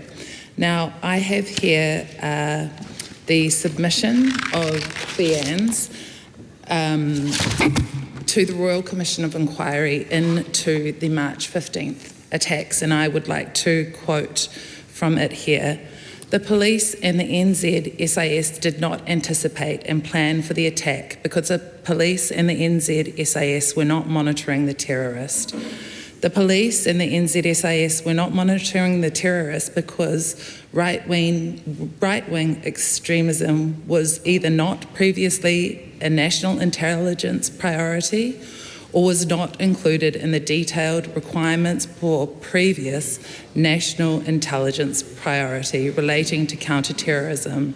Right-wing extremism was not included in the national intelligence priorities. The NZIC did not surveil the online and offline activities Can I just ask the member to come to the bill? Oh, absolutely. The document you quoted from is, I think, publicly circulated. So, absolutely. Thank you, Mr. Speaker. Cybercrime as we know it knows no borders, and we must work together as a global community to make sure the world is a safer place. From the outset, the Green Party has engaged with this bill in good faith. We have supported the underlying purpose and intent of this legislation, which is to enhance international cooperation on cybercrime and ensure our communities are safe. We acknowledge the implementation of this convention was recommended at the Royal Commission of Inquiry into the March 15th terror attacks, and we remain committed to advancing and honouring the recommendations of the RCI. And we know that it is our job here to ensure the legislation is fit for purpose and will actually achieve the stated intent. Throughout the Select Committee and Committee of the Whole House stages, we raised specific and practical concerns about the way this bill is drafted. These concerns relate to human rights, judicial oversight, and the scope of enforcement powers. In particular, we remain concerned about the risk that this legislation could enable with foreign governments in a way that could have unforeseen effects on refugees, political dissidents, or those engaged in lawful protests. But after the Committee of the Whole House last night, when we talked through clauses 88A(4), which narrowed the political offence exception, meaning that individuals could be subject to surveillance or data preservation solely because their country of origin is a treaty partner, even if the underlying offence relates to peaceful political activity. And also we brought up clauses 88B and 88V and the provisions in subpart 2 around the safeguards around proportionality, dual criminality and human rights expectations. We want to make sure, and we all must ensure that any prosecutions would meet New Zealand's own legal and ethical standards. And the Minister engaged with our questions, and one of the answers was about the Auditor-General reviewing this legislation and being satisfied that with other acts that are currently in our government, that this bill is in line with our Bill of Rights, which I will refer to as BORA from now on. And so to address these issues, we did actually lodge a number of good faith amendments which were unfortunately not supported. These were a clause to exclude political refugees from preservation directions and related investigation powers.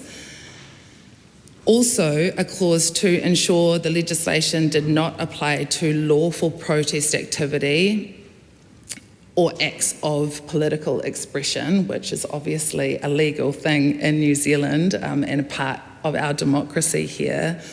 And also a provision requiring regular reviews of the legislation and the impact specifically focused around the civil liberties, freedoms of expression and compliance with the Bill of Rights. And unfortunately, as I said, these weren't supported. But what I did look into was our human rights protections that already actually exist under the Mutual Assistance in Criminal Matters Act 1992. And it does show that these within the departmental reports and with the Minister's answers that these would be covered, but I would still really put down the challenge that we need to be reviewing this legislation to ensure that those things that we hold really, really important and true to our society here are looked into to make sure that we are staying true to who we are as New Zealanders and the laws and democracy that we live by here. The biggest concern for me, and which was so disappointing, was the fact that this legislation is about one of the recommendations in that Royal Commission of Inquiry into the March 15 terror attacks. And part of the Royal Commission was really clear that in recommending meaningful consultation with affected communities must be a core part of the legislative response to those attacks. And FIANZ was not even consulted. They didn't know that the select committee process was coming up. This is a real oversight that we had here, and something that I would like to challenge this government, that we really take seriously the recommendations of any Royal Commission and make sure that we are engaging with the communities that our legislation will most affect. I highlighted during my second reading speech that community organisers, including FIANZ, the Federation of Islamic Associations of New Zealand, were not consulted, and they were really disappointed and provided a quote to say, let's work together so that we make our country safer and that this never happens again. So more needs to be done to ensure the utmost transparency and judicial oversight must be taken in matters of surveillance. We know in other jurisdictions that national security has been used to infringe on democratic rights, and that is something we absolutely do not want here in New Zealand. We do not want to be an over-surveilled country, and we need to learn lessons from our overseas counterparts. So, Madam Speaker, the Green Party agrees that cybercrime is a serious and evolving threat. We agree that international cooperation is vital, and we support the purpose of the Budapest Convention. We remain hopeful that the concerns raised in good faith during this process will inform legislative work in this space, and we will continue to advocate for a framework that protects our communities. And I just want to take the time again to talk directly to all of those families, the communities in Christchurch, the community of Aotearoa Mosque, which is just around the corner from my home, and say, today, Parliament heard you. We heard that New Zealand was not a safe place for you. You are Kiwis, you belong here, and we are sorry that this law and our systems didn't protect you. And today, this one is for you. Laura McClure. Thank you, Madam Speaker. I rise on behalf of the ACT Party to support this piece of legislation and to enable us to enact the Budapest Convention. It's really important, as I've discussed in my previous speeches, that New Zealand, as a tiny island nation at the bottom of the planet, works with our like-minded partners to counter things like cybercrime. And we've seen over the last few years, particularly the last couple of years, a really big increase in these types of global events that do reach as far as New Zealand. I mean, quite a few of us in this House are probably well aware when even our systems are going down here in Parliament. So it is happening all the time, and so this is a really needed piece of legislation. In order to identify bad actors within the systems, we need to work together. And part of that means preserving data. It means sharing what we have with our like-minded parties. And I think that this is a really valuable piece of information, and it's also something that is really important to countries like New Zealand. In fact, it does actually protect our sovereignty. I do accept the concerns that the Green Party have, and I note in previous speakers, I think Duncan Webb also mentioned around we don't want to become over-surveyed, and we also don't want other countries to use surveillance as a means to get to our citizens here in New Zealand for nefarious means. And I think that this piece of legislation does strike the right balance, because we need to make sure that we can freely share this information in order to stop cybercrime, for example, but we need to also make sure that we protect our citizens. And I think, as the Minister has said during the Committee of the Whole House, that these concerns are addressed and are in line with the Bill of Rights. So ACT does commend this bill to the House, and we look forward to seeing more legislation around this space when it comes to the digital world, and I look forward to discussing those other speeches. Andy Foster. Madam Speaker, I rise on behalf of New Zealand First to speak in support of this third reading. Look, this is, in simple terms, this is about New Zealand ratifying the convention that we have already signed up to. And it's a normal process to go through that for all countries, as far as I understand, certainly in our system to do that. And look, it's interesting to hear some of the concerns which are being expressed by members who are going to support the bill anyway, who often tell us how important it is to that we are consistent with various international agreements that we've signed up to. And here is an international agreement that we have signed up to, and it seems consistent to actually follow through and actually deliver on that, which is what we are doing today. This is about us being a responsible global citizen. It's about sitting alongside over 80 nations who've already signed up to the Budapest Convention. And Madam Speaker, we've heard already through the several readings that we've had that cybercrime is an increasing problem. It's a growing problem. We heard, in fact, I've got to a shout out to Ruben Davidson for the speech that he gave that I did hear, just the devastating impacts that cybercrime can have on individuals, of the scams, the taking of people's money, leaving them with nothing. And I thought that was quite compelling to hear that, and quite tragic to hear that, where somebody is taken advantage of and that they are all their money effectively has been stolen, because that's what it is, it is stolen. The other element of cybercrime, of course, is that we are seeing increasing numbers of attacks by malicious actors, sometimes national, sometimes subnational actors, who are doing conducting cyber criminal activity on nations like New Zealand. And it was actually interesting that we visited one country last year, and they said that they had in excess of 100,000 attacks a day on that nation, trying to essentially to destabilise that nation, to try and put in front of its citizenry inaccurate, misleading information to try and destabilise that nation. So we know that cybercrime, cyber activity is a huge issue and is probably only going to, sadly, get worse. Madam Speaker, there's 2 or 3 other things I wanted to say.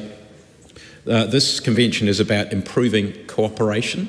So if we've got we've heard quite frequently that cybercrime is something that knows no boundaries, and this is about allowing and improving cooperation across borders so that we are working with like-minded nations who've signed up to this convention to try and deal with that international cross-border crime, and that makes absolute sense. As I said, this is about us being a responsible global citizen.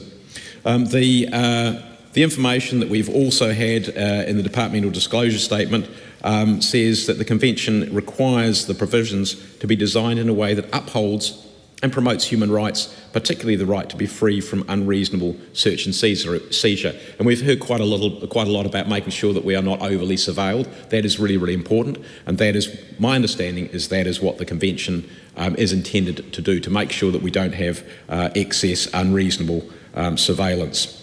And the final point I want to make, because we've heard the comments made around the awful events of 15th of March 2019, and that is that, again, the advice we have is that the implementation of the Convention's provision was recommended by the Royal Commission of Inquiry into the terrorist attack on the Christchurch mosques on the 15th of March 2019. So it was a recommendation coming from that inquiry, which is being dealt with through the bill that we are addressing tonight, this afternoon, and I commend the bill to the House.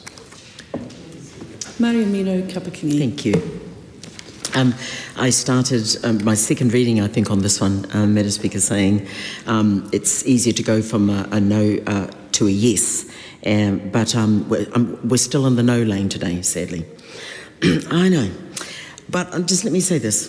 Government rightly seeks to include our nation in the global effort to reduce and bring harsher consequence to those engaged in cybercrime by joining the convention, the Budapest Convention. I acknowledge the necessity of this convention as the digital world extends beyond the borders of countries and therefore beyond our nation's laws. Taking action to alleviate the challenge of this, I applaud, yet cannot commend this bill to the House. Unity in principle does not blind me to the details of this legislation, nor of Te Pāti Māori. The proposed bill currently undermines privacy and risks public trust, which is already a bit low in any case, certainly from the communities that I live with and work with, as it exceeds the requirements of the Convention. This bill asserts preservation directions, meaning that your digital data can be frozen, right?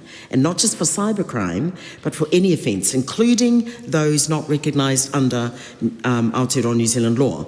And this can be done without any judicial oversight. This is deeply concerning because we've seen how this type of approach of overreach to cybersecurity can play out for communities that are typically marginalised by most of our society. I speak specifically to the Tūhoi raids in 2007. So that's not that long ago, 18 years ago. In fact, I'm sure the majority of members in this House can recall when those raids occurred. Now, how come they occurred? The raids were undertaken without necessary checks given the broad powers granted under the anti-terrorism legislation. This has stark comparisons to the Convention itself and the broader powers within. But at the time of the raids, it was physical powers that lacked judicial oversight. And with this Convention, it is now digital powers, the lack of judicial oversight. At the time of the raids, our Māori communities were targeted and profiled. How will this profiling be mitigated against? Has necessary discussion taken place to understand how this convention might negatively impact on marginalised communities, including Māori? History shows us time and time again that Māori are often the first to draw the short straw when it comes to expansive government powers. The Tūhoe raids show that clearly and explicitly. This draws me to another point of concern, which is around, and I've raised this a few times in first and second readings and even last night, around Māori data sovereignty. The value of Māori data sovereignty is critical to our success, to our self-determination, to whānau, to hapu, and to our Māori businesses, right? So unlocking economic and social potential is enabled by Māori data, okay? And Māori data must be owned by Māori. The convention means that we could be compelled to hand over private data to foreign governments for offences that are not crimes in Aotearoa, New Zealand. This risks the safety of Māori data sovereignty and the safety of our people as well. We cannot rely on international countries, and probably a bit rugged here right now just saying, government for offences that are not crimes. Sorry. The risks of safety for Māori data sovereignty and the safety of our people as well. We cannot rely on international countries to place a non-biased lens onto their efforts in reducing cybercrime. So we still are opposing this bill, Madam Speaker, and again, we were trying to go for the yes, just so you know, because I mean, it could, you know, as a bigger idea, of course it's a good idea, but it's in the detail that it fails. You can have a great idea, but fail and deliver a really poor methodology. And that's certainly the case in this instance, sadly. So we oppose it to this point. Thank you. Lawrence Sunan. Thank you, Madam Speaker. I rise on behalf of the Green Party to speak on the third reading of the Budapest Convention and Related Matters Legislation Amendment Bill. We have heard from various speeches already in the House that part of this bill in itself is to ensure that we are aligned with the requirements of the Council of European Convention on Cybercrime, known as Budapest Convention, but also is the implementation was recommended by the Royal Commission of Inquiry into the terrorist attack on Christchurch on the 15th of March 2019. So this is a topic that is not to be taken lightly, and this is one of the reasons why the Green Party, through up to the first reading, select committee, second reading, and committee stage, had a lot of concerns around this. And I just want to highlight again some of the concerns we've had and how that was navigated through the committee stage. So I think the main part of this, particularly in the bill, when we're looking at clause 18 and 19 of part 1 of this bill, which is around the criteria of preservation direction, but also in terms of how that is going to be implemented.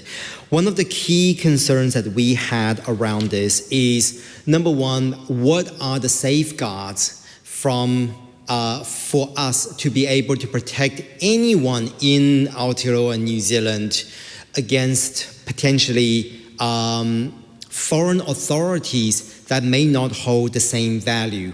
So we did put in amendment papers, which was not accepted by the minister, but we did put in amendment papers around safety for those who are refugees, safety for those who are in Aotearoa, New Zealand, as a result of political persecution from their home country or from their country of origin, amendments around the ability to be able to protest, which is a right given to anyone here in Aotearoa, New Zealand under the Bill of Rights Act.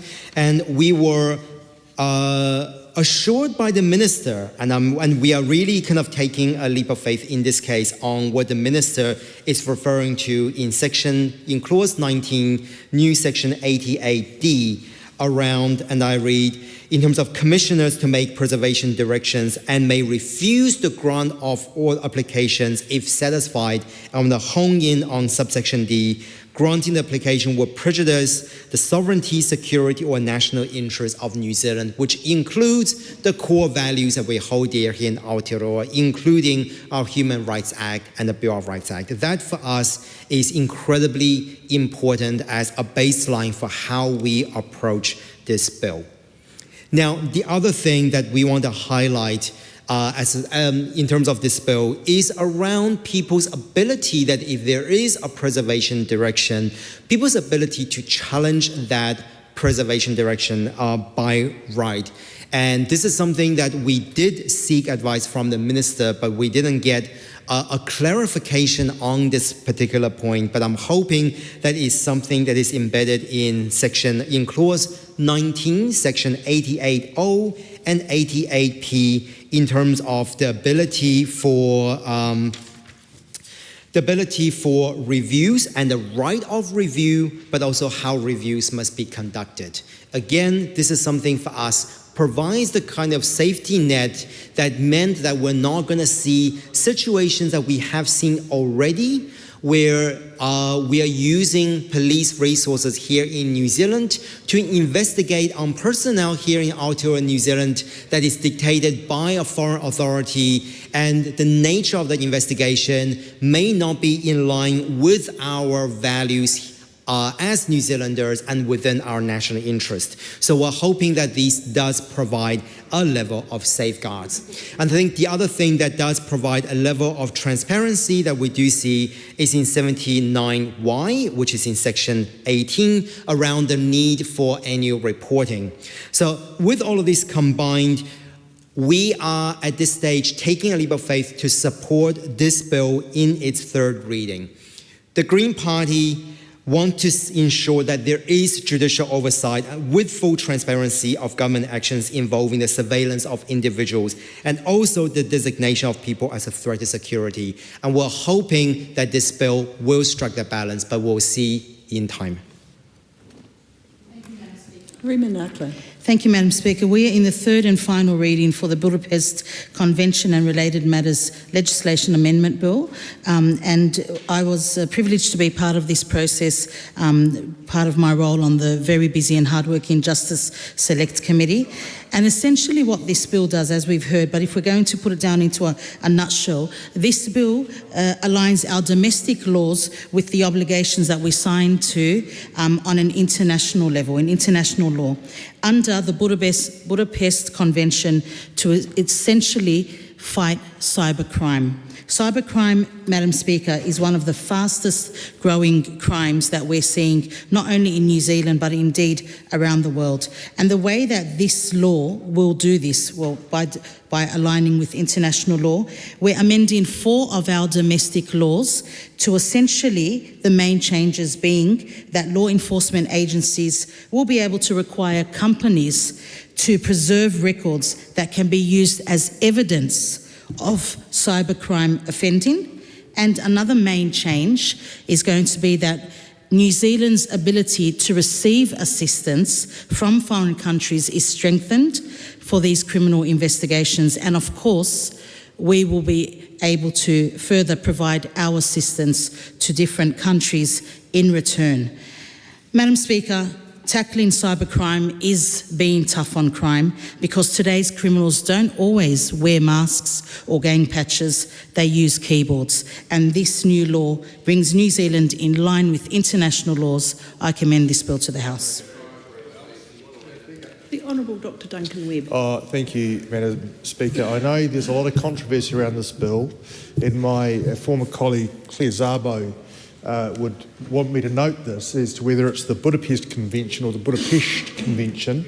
And so I just put that on the record, and I'm not sure how Hansard will record it, but there's an SH sound by some local pronunciations. But in any event, look, obviously we all support this bill, but I do want to just kind of put a marker down And it has been mentioned that this is essentially a search and surveillance bill, focused on transnational crime, and in particular around cybercrime. And my Green colleague and Christchurch buddy, Kaharangi Carter, noted that cybercrime is essentially borderless. But we still do need to be really cautious. And sometimes I think we take the view that if all we're intercepting is electronic communications, then in some ways the threshold for kind of intervention, the threshold for the surveillance, the intrusion is somehow lower. And I just want to say that it's not. And someone looking at your text messages, or even something as apparently benign as, how often you've called that number in, Colombia or Bangladesh, is not. It's just as important to protect that as any other aspect of our lives. And so I really just want to talk about two aspects of this bill. And whilst we support it, I just want to kind of identify that I'm a little uneasy about aspects of it, right? And the big innovation of this bill is preservation orders, so that we don't see electronic records erased whilst people discuss whether we can seize them or not. So the preservation order, which is aimed at providers, the telecoms or Sparks and Vodafones of this world.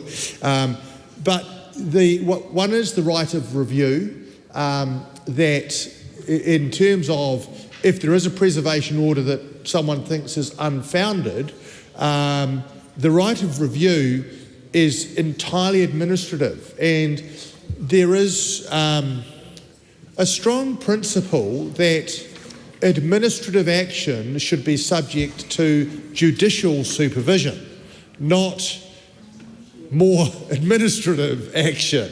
And so an administrative review is problematic. And the other thing about that administrative review is in clause 79J of the amended legislation. But the thing about it is it's done at the same level. It's not even something that's done at a mid-tier level and then, as for example with a Ministry of Social Development, then you go up the chain. You just stay at the same link and ask the person in the cubicle across the way, do you think I made the right decision? It's actually really problematic. So that's the first thing I would say. And the other thing is, if I can find it, is so that's about preservation orders and the right of review. Not entirely comfortable with that. And the other point is this, and I honestly, it's the one section that I really don't know. I can't understand, and we went through a pretty good committee stage, and the Minister couldn't give me a satisfactory answer. And that's the production of things. And this could be, it's about the Mutual Assistance in Criminal Matters Act. It's about providing something to a foreign state.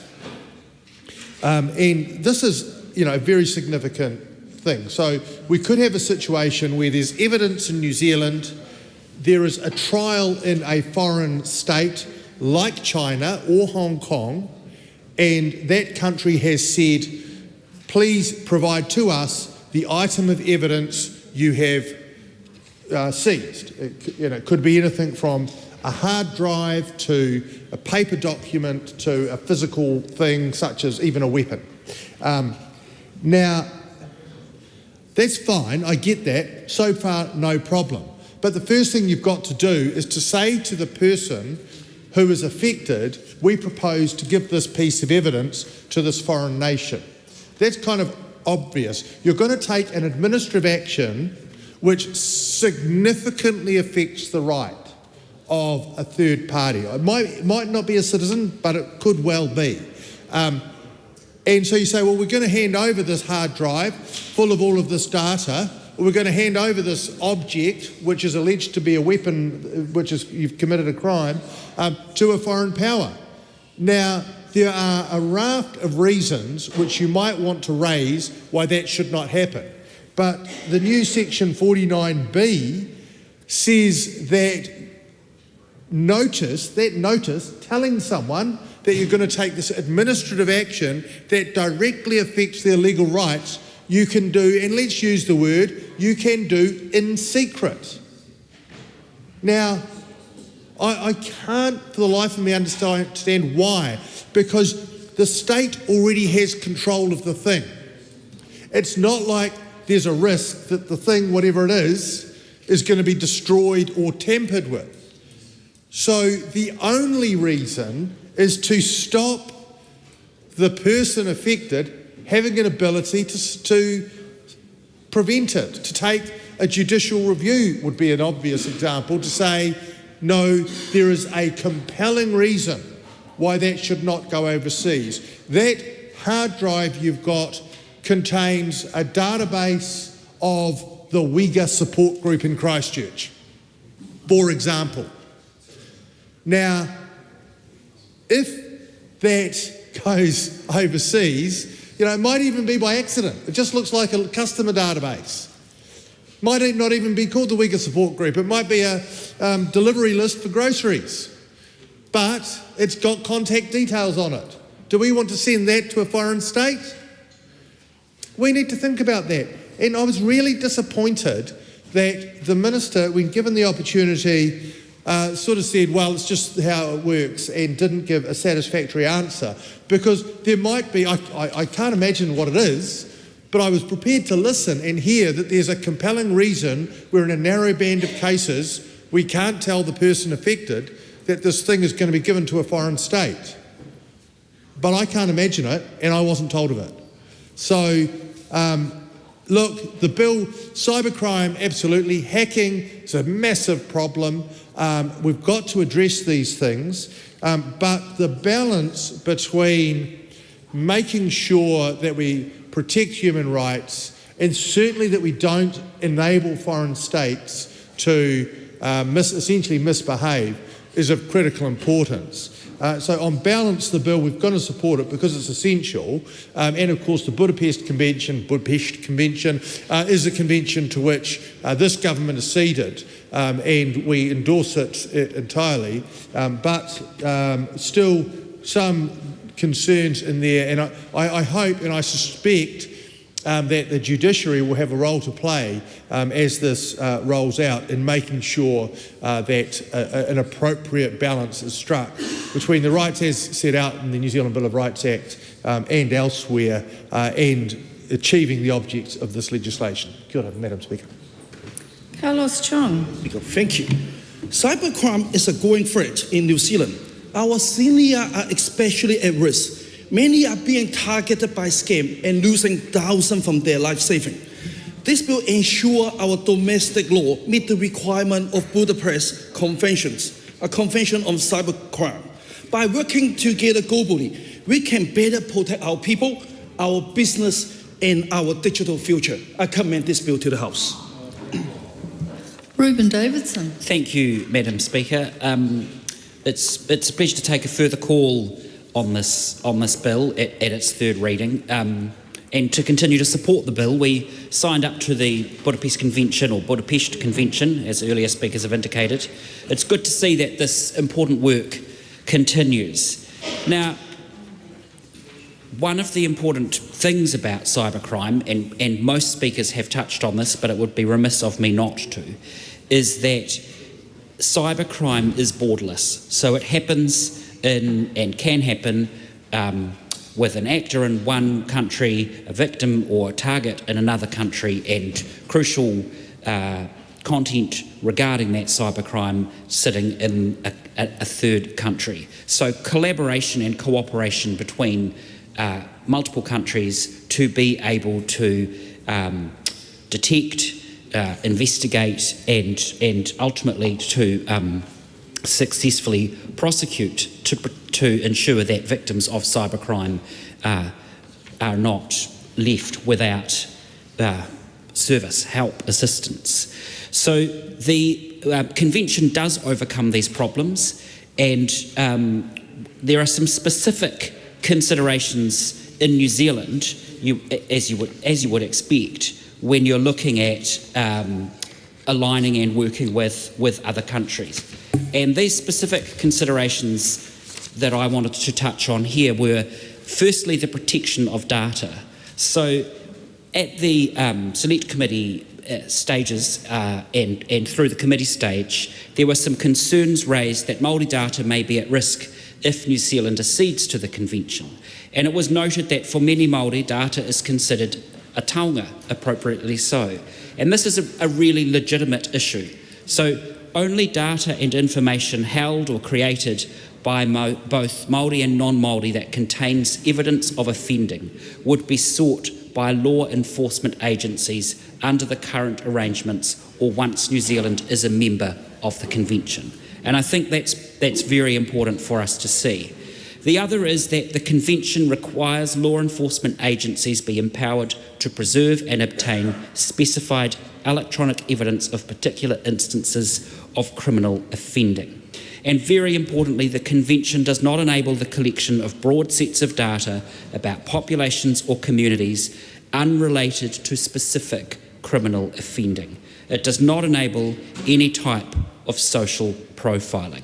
And that's a really important consideration and should be something that we as a nation constantly give consideration to and monitor in any agreements that we reach with other countries internationally. Now, a second important consideration that I want to draw attention to at this stage of the bill, at this third reading, and as the spokesperson for the creative economy for the Labour Party, is that issue of copyright and intellectual property. So the Convention, importantly, protects copyright by requiring countries to criminalise the intentional infringement of copyright and related rights on a commercial scale by means of a computer system. So whilst our legislation is already aligned with the copyright-related provisions of the Convention does not require New Zealand to accede to any treaties relating to copyright to which New Zealand is not already party. And that is very important because we are a creative nation, we're a nation of innovators and artists. Our intellectual property holds deep significance and economic value, and we need to make sure that when we agree to things like the Budapest Bill, which we've discussed today, we are agreeing to, we need to make sure that we are protecting those innovators, those creative people, and our shared intellectual property here. So I think on balance it's a good bill, we continue to support it, and I commend it to the House. Nancy Lou. Madam Speaker, I'm very honoured and actually feeling excited about all the support from across the House for the Budapest Convention and Related Matters Legislation Amendment Bill. And particularly I wanted to highlight on the fact that this bill is one more step towards the right direction under the national government to restore law and order, either in reality, physically, or online through the digital platform. And this is also a particular good news for all those victims because according to the Ministry of Justice statistics, 11% of Kiwis have been victim of cyber and digital harm. So therefore, this is a great bill and I'm very, very honoured to be supporting this to the House. Fanushi Walters. Thank you, Madam Speaker, and like my colleagues on this side of the House in terms of the Labour caucus, I'm pleased to be speaking in support of this bill at third reading. Appreciate the time that the various ministers gave in the chair to responding to questions. But like my colleague, the Honourable Dr. Duncan Webb, I also do have some concerns in terms of whether the bill strikes the right balance in terms of rights protection, and where I land is that yes, I'm happy to support the bill through to legislation, but I do think it's a piece of legislation that needs to be actively monitored to ensure that we aren't infringing on rights. And I agree with Duncan Webb that the courts absolutely have a role in terms of making sure that that's the case. At second reading and at committee stage, Madam Speaker, I spoke about reports and commentary from the likes of Amnesty International and Human Rights Watch in terms of what we're seeing around the world in terms of repression of the online voice. There's also an organisation called Freedom House who publish annual or periodic reports on transnational repression. So this is governments reaching across borders to silence dissent amongst diasporas and exiles. And they do that physically. I've spoken about that in terms of assassination and illegal deportations, abductions, threats, including threats to family members. But they also do that through sourcing information through agreements such as this.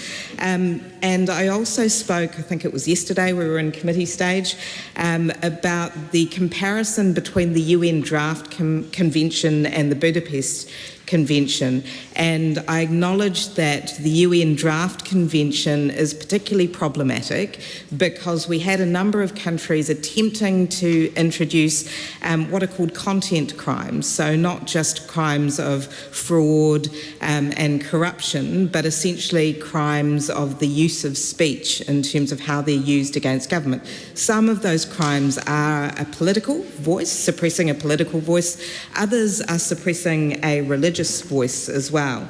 But what Freedom House says in their most recent report, which was a report on 2024, is that we have seen a global internet freedom decline for the 13th consecutive year. So what they've said is 55 of the 70 countries that they monitor have found that people have faced legal repercussions for expressing themselves online, while people were physically assaulted or killed for their online commentary in 41 countries.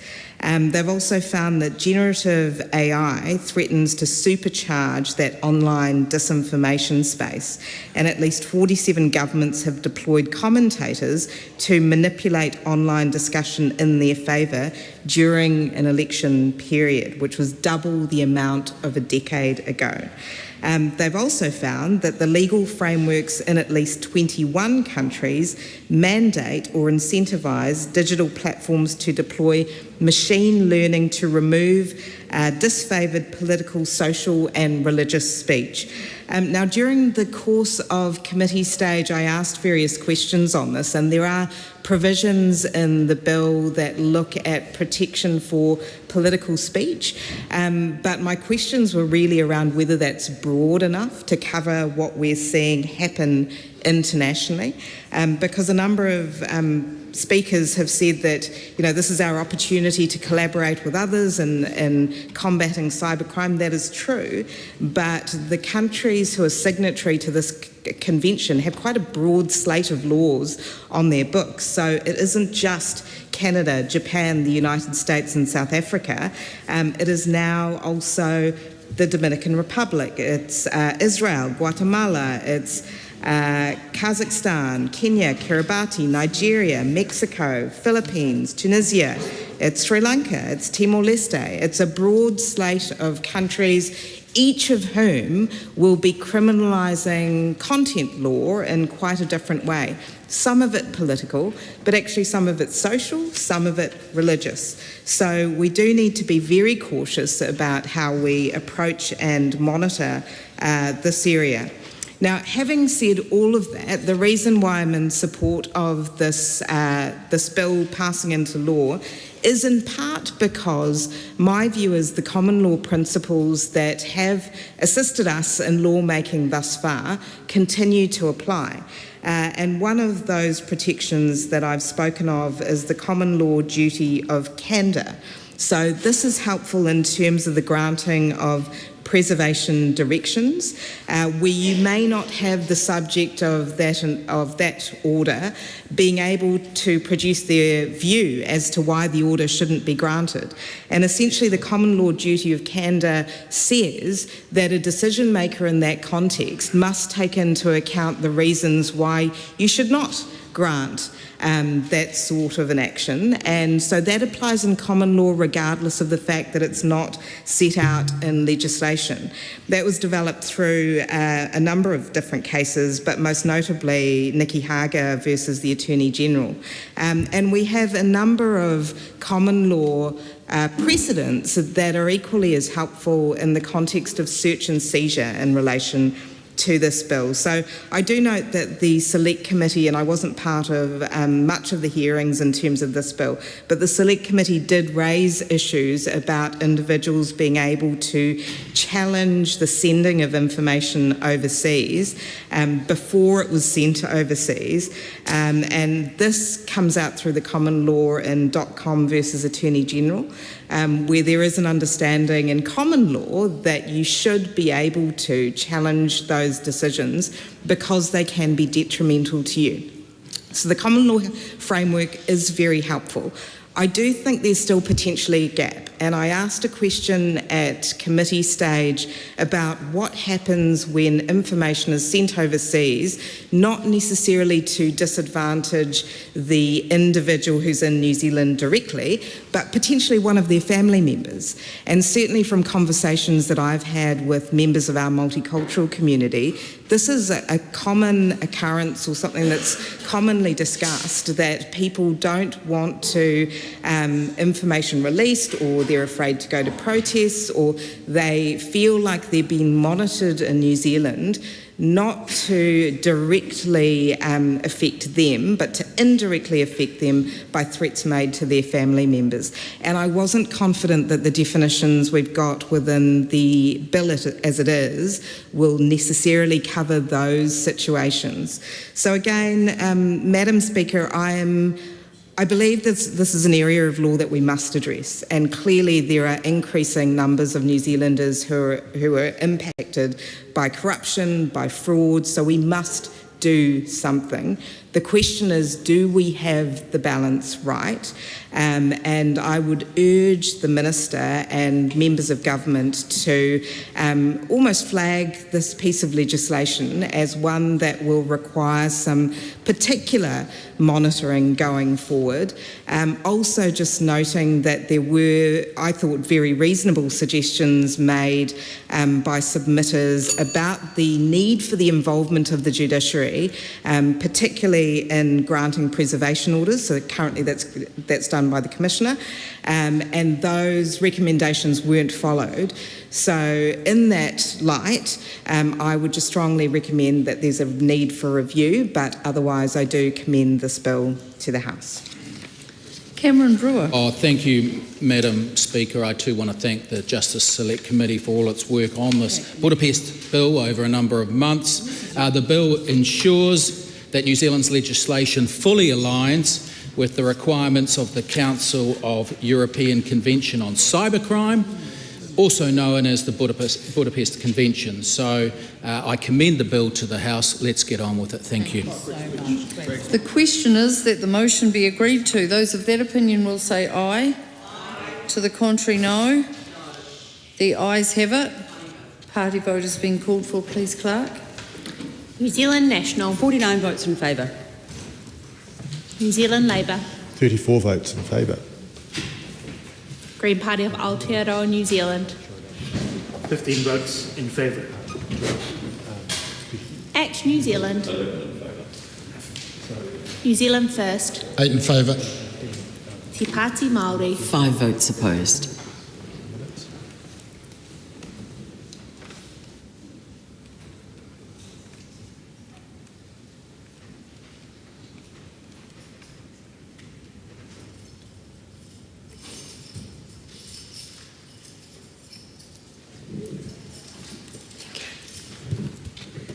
The ayes are 117, the noes are 5. The question is agreed. Budapest Convention and Related Matters Legislation Amendment Bill, third reading. I call on Government Order of the Day, number 2. Crimes Countering Foreign Interference Amendment Bill, second reading. Honourable Paul Goldsmith. Thank you, Madam Speaker. I present a legislative statement on the Crimes Countering Foreign Investment Amendment Bill. That legislative statement is published under the authority of the House and can be found on the Parliament website. Honourable Paul Goldsmith. I move that the Crimes Countering Foreign Investment Amendment Bill be now read a second time. This bill is designed to strengthen New Zealand's criminal law to support a justice response to foreign investment and espionage activity targeting this country. It represents the government's commitment to restoring law and order and protects the safety, security and democratic freedoms of New Zealanders.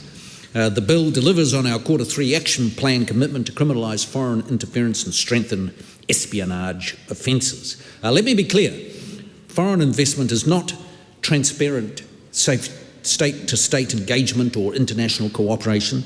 It's not the legitimate community, cultural and business outreach that all embassies engage in and promote in their efforts to promote their national interest. Foreign investment is activity that is intended to deceive, corrupt or coerce New Zealanders in order to unduly influence, disrupt or subvert our national interests. Foreign investment interference from any source, obviously, is, what did I say? Interference.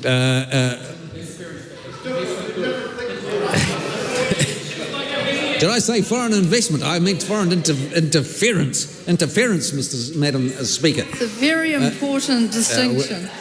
Foreign interference from any source is very much not acceptable. We are welcoming of foreign investment, and I want to make that absolutely clear to this House.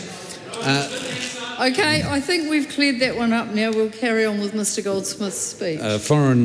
To strengthen our resilience to this threat, Madam Chair, the Crimes Countering Foreign Interference Amendment Bill makes changes to the Crimes Act 1961 to introduce new offences that specifically criminalise foreign interference and update existing offences to better hold people to account for disclosing information that's likely to prejudice New Zealand's security or defence. The measures contained in this bill are country neutral and apply to anyone undertaking or supporting foreign state-sponsored interference against our country. By providing a better means of investigating and holding to account people who mean to do us harm, the bill will help safeguard New Zealand's sovereignty and the confidence of government information and the exercise of democratic rights and freedoms. Mr Speaker, the bill has been reported back from the Justice Committee, and I want to thank the committee for its careful consideration of the bill. It's been a very, very busy committee, a lot of work to be done, and I'm grateful for the work they've done. In particular, I appreciate the courage displayed by submitters who talked about their experiences, and that was very powerful and moving. Some submitters expressed concern that the bill would criminalise the exercise of rights and freedoms. This is neither the bill's intent nor effect. The measures in the bill are to protect New Zealanders from efforts to undermine, manipulate or control their ability to exercise those guaranteed freedoms. In response to the feedback, the Justice Committee recommended several changes to the bill. The changes provided greater clarity about what activities are in scope of the new offences and who can commit the existing offences. It delivers greater certainty and the courts about what criminal foreign interference is and how it differs from lawful and legitimate foreign influence activities when a person exercises their rights and freedoms. I welcome the committee's recommendations. First, the committee made improvements to the two new foreign interference offences contained in the bill. The first offence criminalises improper conduct done for or on behalf of a foreign power which is meant to compromise New Zealand's interests. The second offence criminalises the act of committing an imprisonable offence to benefit a foreign power. Regarding the improper conduct offence, the committee clarified that protecting information as part of everyday activities, including personal and unpaid activities and using encrypted communications, does not on its own provide a basis to infer that a person is engaging in improper conduct. Regarding the foreign power benefit offence, the link to the foreign power has been strengthened by also incorporating the, quote, for or on behalf of wording in this offence. It makes it clearer that committing an offence at the direction of a foreign power or by a person's independent efforts to benefit a foreign power through criminal activity that causes harm to New Zealanders is not permitted. Importantly, the committee also updated the new offence to make it clear that exercising rights and freedom alone does not provide sufficient basis to infer that a person is committing either offence. This was a major concern for many submitters. While the bill does not and is not intended to criminalise lawful exercise of rights and freedoms, I appreciate the committee's work to make this explicit. Lastly, the committee also introduced amendments to clarify elements of the new definition of a, quote, person who owes allegiance to the sovereign in right of New Zealand. Quote, these amendments make owing allegiance a question of law and will improve certainty around who can commit espionage. And by incorporating the committee's changes, I believe the bill now addresses its primary purpose of strengthening our criminal justice response to foreign interference. It draws a clearer line between what we are protecting and the actions it will not tolerate. Mr. Speaker, I know that members on both sides of the House will recognise the gravity of the challenge foreign interference poses to New Zealand. I look forward to us progressing these measures to strengthen our resilience against efforts intended to undermine our well-being and our democratic way of life. Through this work, New Zealand will become safer and more secure, helping to ensure it continues to be a place where everybody can enjoy the guaranteed rights and freedoms afforded to them under our laws. And on that basis, Madam Speaker, I commend this bill to the House. Madam Speaker.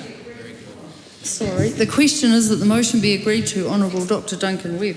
Oh, thank you, Madam Speaker. Another bill which has an interface with human rights, and I did want to speak on this because it was actually quite a challenge at Select Committee to first of all, to actually understand how it was to work. And as the Minister for Foreign Investment has just said, that even who is bound by these obligations was a moot point. So the key, there's a whole lot of kind of triggers. The first thing is you've got to owe allegiance to the sovereign right of New Zealand, which sounds like a really obscure thing. Basically, sovereign right of New Zealand is a little of an obscure phrase. It just means to New Zealand. It means you've got to be loyal to New Zealand. Who has a duty not to harm New Zealand? Now, any New Zealand citizen, certainly, and that includes whether they're in New Zealand or not. And that's an important point to make. But also anyone who is in New Zealand. Now, there are some immunities. We know that diplomats have immunities. But other than diplomats, pretty much anyone in New Zealand has an obligation not to engage in these activities. And there are others, people who might not be citizens, but who might have such a strong connection to New Zealand, whatever that exactly means, such as owning property here and residing here for a significant portion of the year. So that's the first threshold. Do you owe allegiance? Because if you owe allegiance, then you've got an obligation not to undermine the interests of New Zealand and prefer some foreign power. The other point is this, that in terms of the conduct itself, there are a number of kind of triggers. The first is that it's got to be some kind of improper conduct. And improper conduct is also defined, and is kind of quite labyrinthine, if you like, such as conduct that is of a covert nature. So not telling people why you're seeking information, or conduct which is exploitative, manipulative, intimidating, or threatening. That is to say, if someone's at a protest and you say you really ought not be going to those protests or bad things might happen, now you can say that, but not on behalf of a foreign power, because that's the other thing. The action must be by or on behalf of a foreign power. Now, you might be an advocate for a particular cause, and you might not like the people who are on the other side of the fence, and you can tell them that, and you could even, intimidation is a crime in and of itself, but if you were to act in an intimidating manner, you wouldn't be engaging in foreign interference, unless you are acting either for or on behalf of that foreign power. And I think that's important to recognise. Not just that you want to support the interests of a foreign power, you think they're the good guys, but you're doing it, at least in some sense, at the direction or the behest of a foreign power. Now, given that a lot of this is actually about political interactions, about having a political point of view, we've got to be cautious about that. So I think the threshold will indeed be high. And I did, before I sit down, did want to point out that one of our real concerns was that in terms of things like the Ukraine conflict, the Israel-Gaza conflict, and many other conflicts around the world, there are differing points of view, and whilst I might have particular views, other people who wish to speak out shouldn't be seen as engaging in foreign interference simply because they are holding a political point of view. And let's be clear, that political point of view may well be supported by a foreign state. They may well be supplied with information by a foreign state, but they're not acting under the direction of the foreign state. And if all they're doing is engaging in political speech, whether that's marching in the streets or posting on Facebook, we've got to be very cautious that we don't unnecessarily curtail those sorts of activities. So it's a complex bill. It's actually one that will probably benefit most by a committee stage discussion to fully flesh out the nuances of some of those obligations and restrictions. But until we get there, I'm happy to leave it there. Again, a bill we support, but one where we need to clearly articulate where the balance needs to be struck between the rights of citizens to act and the rights and duties to protect the interests of New Zealand. Dr. Lawrence Yunnan. Thank you, Madam Speaker. This is the Crimes Countering Foreign Interference Amendment Bill is something that was discussed at length in Select Committee, which generated a 108-page departmental report. And I think that perfectly captures what the previous speaker mentioned in terms of the complexity and the hooks around this bill. Now, in terms of the context of the bill, the idea is it's supposed to strengthen New Zealand's law to better prevent and respond to foreign interference intended to harm New Zealand. Now, one of the first, and by introducing a number of new criminal offences in the Crimes Act 1961. Now, the first challenge that we do see with this is, as we inquire during the Select Committee stage, is that it overlaps with a number of existing offences within the Crimes Act, particularly around elements of espionage and etc. So when we did ask the officials around this, there was definitely a sense of grey area and uncertainty of, well, we will just have to roll it out and see how it goes. Which I think is a shocking approach to anything that creates a criminal offence within our Crimes Act.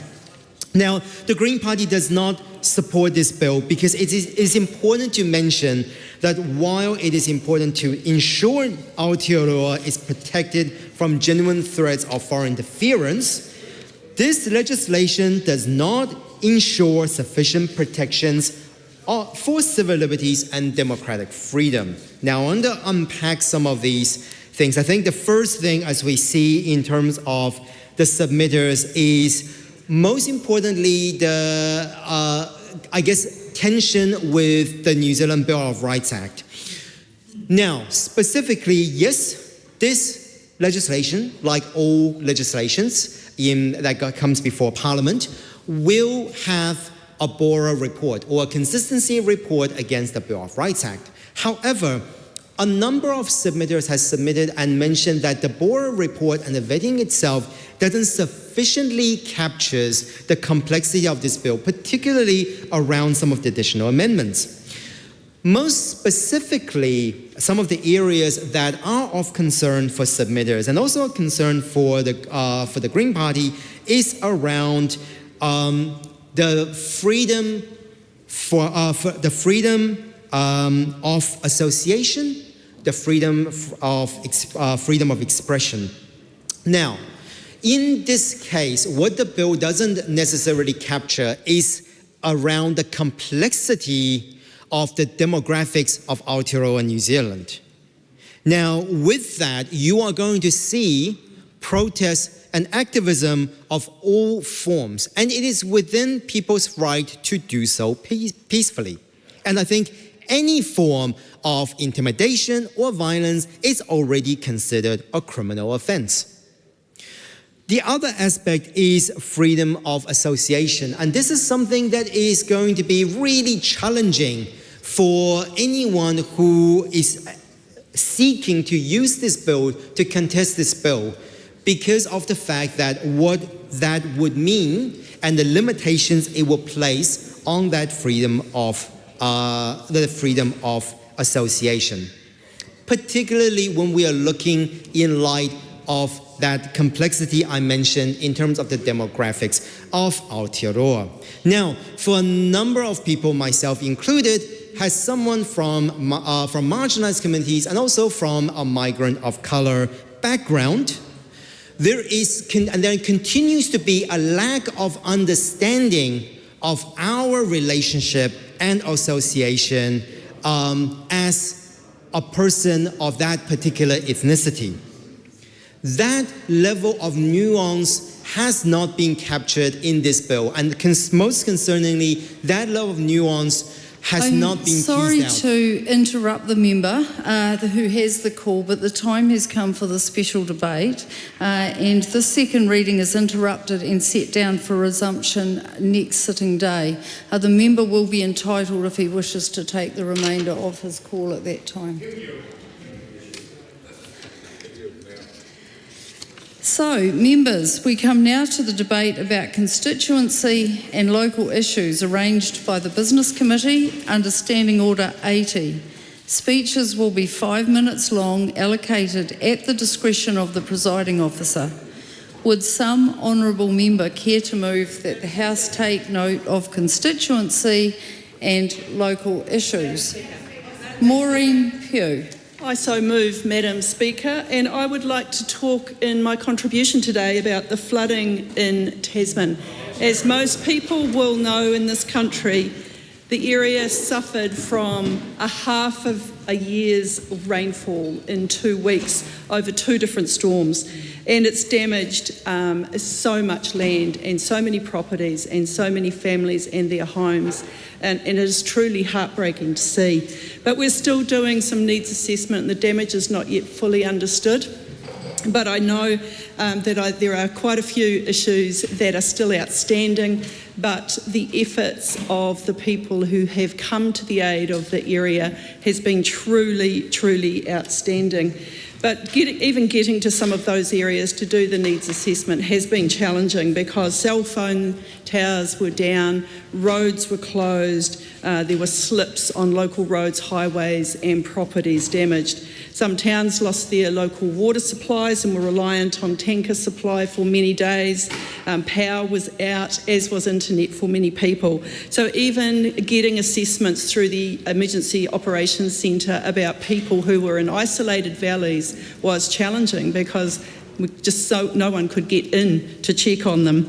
But the government agencies have been providing support, Madam Speaker, and offering that support to those areas through the disaster relief funds, through MSD, through housing, insurance, and also the health agencies. But everyone across Tasman has felt the might of Mother Nature, right through Motueka, down through Highway 6, over Spooners Range, out through the Motueka Valley, through Tapawiera, and then over into Golden Bay. No one really escaped the might of Mother Nature. And most of the smaller valleys in that area have also been badly affected, and it has been truly overwhelming for the residents in those areas. But the funding support has started. It was done very quickly by the Honourable Mark Mitchell when he came, and he announced with his team $100,000 on the 30th of June, and then back in the 16th of this month, a further $500,000 was announced by the Honourable Todd McClay. $300,000 of that was to the Mayoral Relief Fund tagged for rural sector. But another $100,000 in that contribution was by the government and Fed Farmers, and I've got to say that Fed Farmers stood their teams up very, very quickly and started the assessments for their members and the wider community, which was outstanding, so that the support could be directed really well. The other $100,000 in that contribution was by the government and Hort New Zealand, and as many people here will know, horticulture is a very, very big part of the Tasman economic contribution, and it's one of the three main economic drivers for the region. So there is horticulture, forestry and tourism. So the horticulture sector has been particularly bad hit, and the crops like apples, kiwi fruit, pears, blueberries and hops badly affected, with trees and land being devoured by those floodwaters. Water to the level that many people in living memory had never experienced before, and of course that brought the debris up. It attached itself to the fences, and the force of that just took fences away and never to be seen again. But unfortunately the ones that can be seen messed up in the silt, the debris that came with it. 4,000 hectares of trees were flattened. Sadly, the weather came from a different direction than normal, and these immature trees were flattened. And it's a sad sight to see, the devastation. But Madam Speaker, one of the impacts was also in Nelson, Rocks Road, and it showed how vital the new roading system is going to be over there. Where you can normally get 4 trucks delivering to the port a day, it was down to 2 or 3. So a huge hit on the productivity of that region. But out of adversity, Madam Speaker, there is always a silver lining, and I'm very happy to talk to some of the community groups and businesses that stood up in the time of need. The neighbouring councils brought in manpower, the emergency response teams were stood up very quickly. Many of those people volunteers there for 24/7. The top of the South Rural Support Trust, that was led by Richard Kempthorne and his team, were directing callers to the relevant agencies and representative groups where the practical support could be found. Enhanced Task Force Green, Task Force Kiwi, the Rapid Response Team. Madam Speaker, the spirit of generosity ran deep, like the local business like ITM, Smoking Barrel and Members' time the has Hotel expired. Motueka. Rachel Boyack.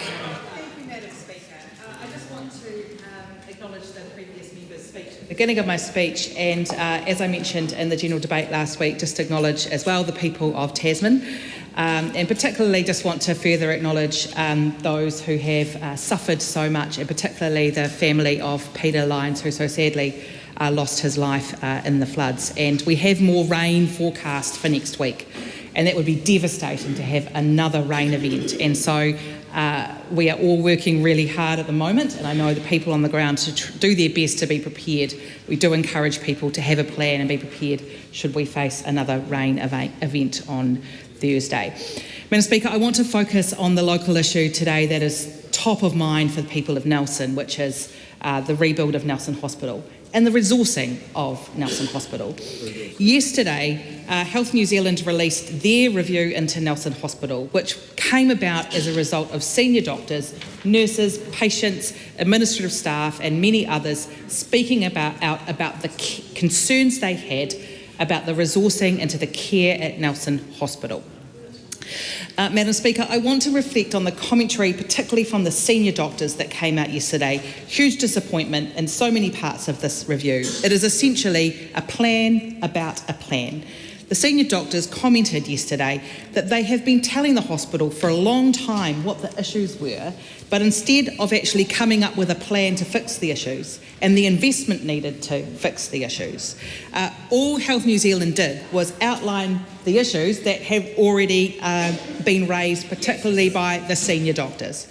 So my question to the Minister and my question to the government, and what I will be pushing for as the local MP, is where is the investment to hire the doctors and hire the nurses that we need to ensure that Nelson Hospital is properly resourced. Because, Madam Speaker, this report yesterday is very, very clear that it is not resourced enough to support the people of Nelson, especially in the context of a hiring freeze that the report clearly outlined said made it very, very difficult for the hospital to actually hire the staff that we need to deliver care in Nelson. The next thing I want to talk about in regards to Nelson Hospital is the business case that has quietly been released around the plan to rebuild Nelson Hospital. Now, there's a part in it that is very concerning to us here in the Labour Party, and that is the over-reliance of 15% of care being provided in the community. Now, there is a place for care in the community, but again, where is the investment for it? Now, Madam Speaker, people commented, here are some of the comments I'm just going to quote from the people of Nelson who are very concerned about this. Wendy, who I know personally, who lost her husband, Dave, earlier this year, and my thoughts are with her family, has said, I've been in this situation. We had community nurses for wound care and hospice nurses for pain control, support workers for personal care. All were amazing, but it also required an at-home caregiver who was able to give extra help, such as subcut pain relief, monitoring the medication, being there 24/7 to support with some limited respite. Not all family members have the skills or ability to manage an in-home patient. To expect them to do so is putting both the caregiver and the patient at risk. Respite in a care home facility is only partly met by government, with the balance, $98 a day approximately, being met by the patient. And there were many comments on my page like that from concerned Nelsonians who are concerned that this build from this government will not have the required number of beds. Care will be pushed into the community with no plan and no investment to do that. Now, the final thing is that our plan was to build an acute services building that would have ensured the emergency department, the ICU and the theatres were in a building that was able to cope if the Alpine fault ruptured at 8.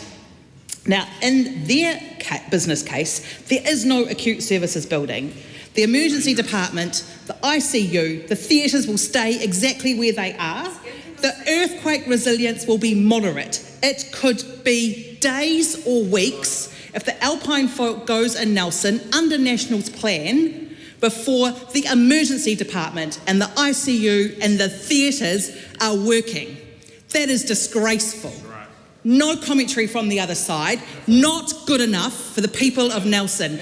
If the Alpine fault goes, our emergency department, our theatres and our ICU needs to operate. And we have a commitment from Labour that we will make sure that happens. We absolutely did. Deliver our plan rather than your substandard, downgraded plan, your downgraded plan for the people of Nelson. Time has expired. I call Jenny Marcroft. Speaker, I begin my contribution with a content warning. Code brown in Mahurangi. Since Cyclone Gabriel, February 2023, we've had ongoing contamination events of sewage and wastewater being discharged in the Mahurangi River. This has significantly disrupted oyster farming in the region.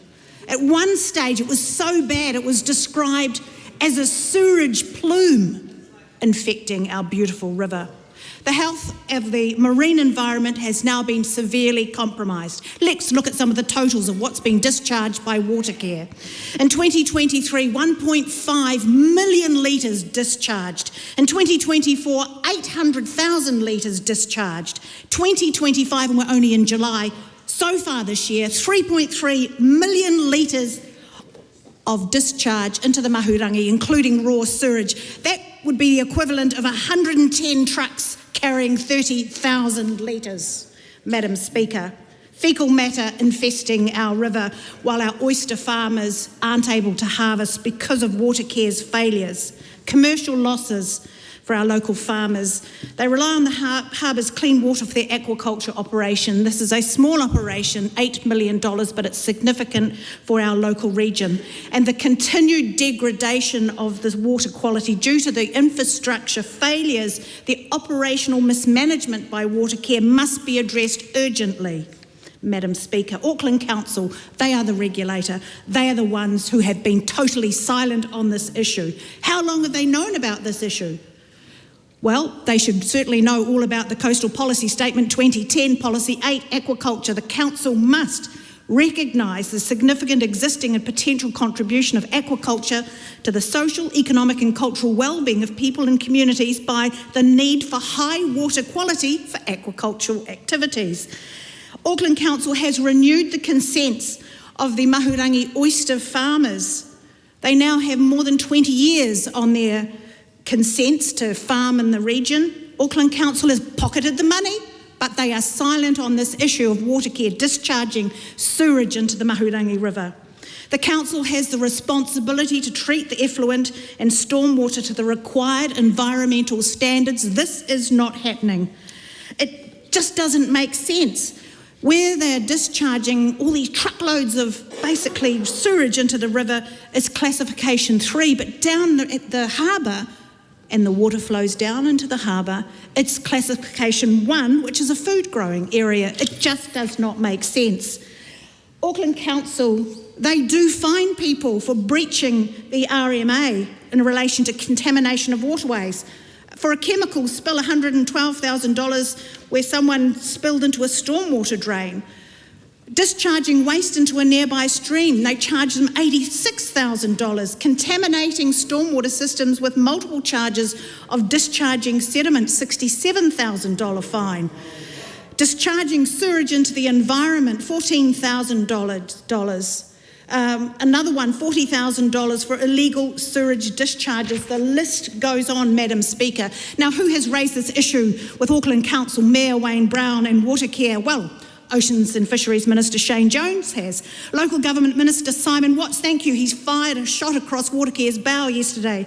Local MP Chris Penk, he's playing good cop in this one. Food safety, of course, Minister Hoggard has raised the issue. Aquaculture New Zealand, our local mana whenua, Ngāti Manuhiri, our CEO, Nicola McDonald, has been raising this issue constantly. But on deaf ears it has fallen. Minister Jones has basically said they have failed in their statutory duty of care to the Mahurangi oyster farmers. Their organisation should be renamed Zero Care, Madam Speaker. In fact, in an email from Watercare to Aquaculture New Zealand, they basically said the minister should find some government money for the oyster farmers. What? They expect the taxpayer from Huntly, the taxpayer from Kaikoi to pay for Watercare's mistakes in the Mahurangi? No, Madam Speaker, this needs to sit with Auckland Mayor Wayne Brown. It is a Code Brown situation, Madam Speaker, and we respectfully request that this time, yes, you do rush out with buckets, Mayor Brown, and fill them up with coin and support our local farmers, our oyster farmers. Jazz up the support from Watercare, open up their purse strings wide and do the right thing. Thank you, Madam Speaker. Tamatha Paul. The average age in Wellington Central is 26 years old. That is how old I was when I was elected to represent this city. And since then, I feel that I have aged considerably in this mahi. However, I think that the average age of our city is going to increase significantly, not just because of lower birth rates, not just because life expectancies are getting longer for some, but because all of our young people in Wellington are going overseas. Now, young people choose to come to Wellington for a number of reasons. I came down here because after just a few visits, I love that people just let you get on with what you want to do. We're not judgmental. We're a city that allows you to be your full, authentic and genuine self. It's considered safe in comparison to other international cities. It is one of the most queer-friendly cities in Aotearoa. It's the arts and culture capital. We have really amazing walkways in our green belt, and we have a southern coastline to die for. But since 2023, in Wellington, job listings have decreased by 37%. Vacancies have fallen by 39%. Job applications have climbed by 10%, and applicants per job listing and per vacancy have nearly doubled. I spoke to a woman in my electorate office named Suzanne George. She had applied for over 400 jobs in Wellington in 13 months. She worked in the public sector for 12 years, and she is now on the job seeker benefit, still trying to find mahi. This has become the age-old story in Wellington, stories of people applying for hundreds and hundreds of jobs to continue to get decline applications. We know that here in Wellington, the public service has been slashed enormously. Hundreds of graduate roles have been cut from the public service, many of those roles based right here.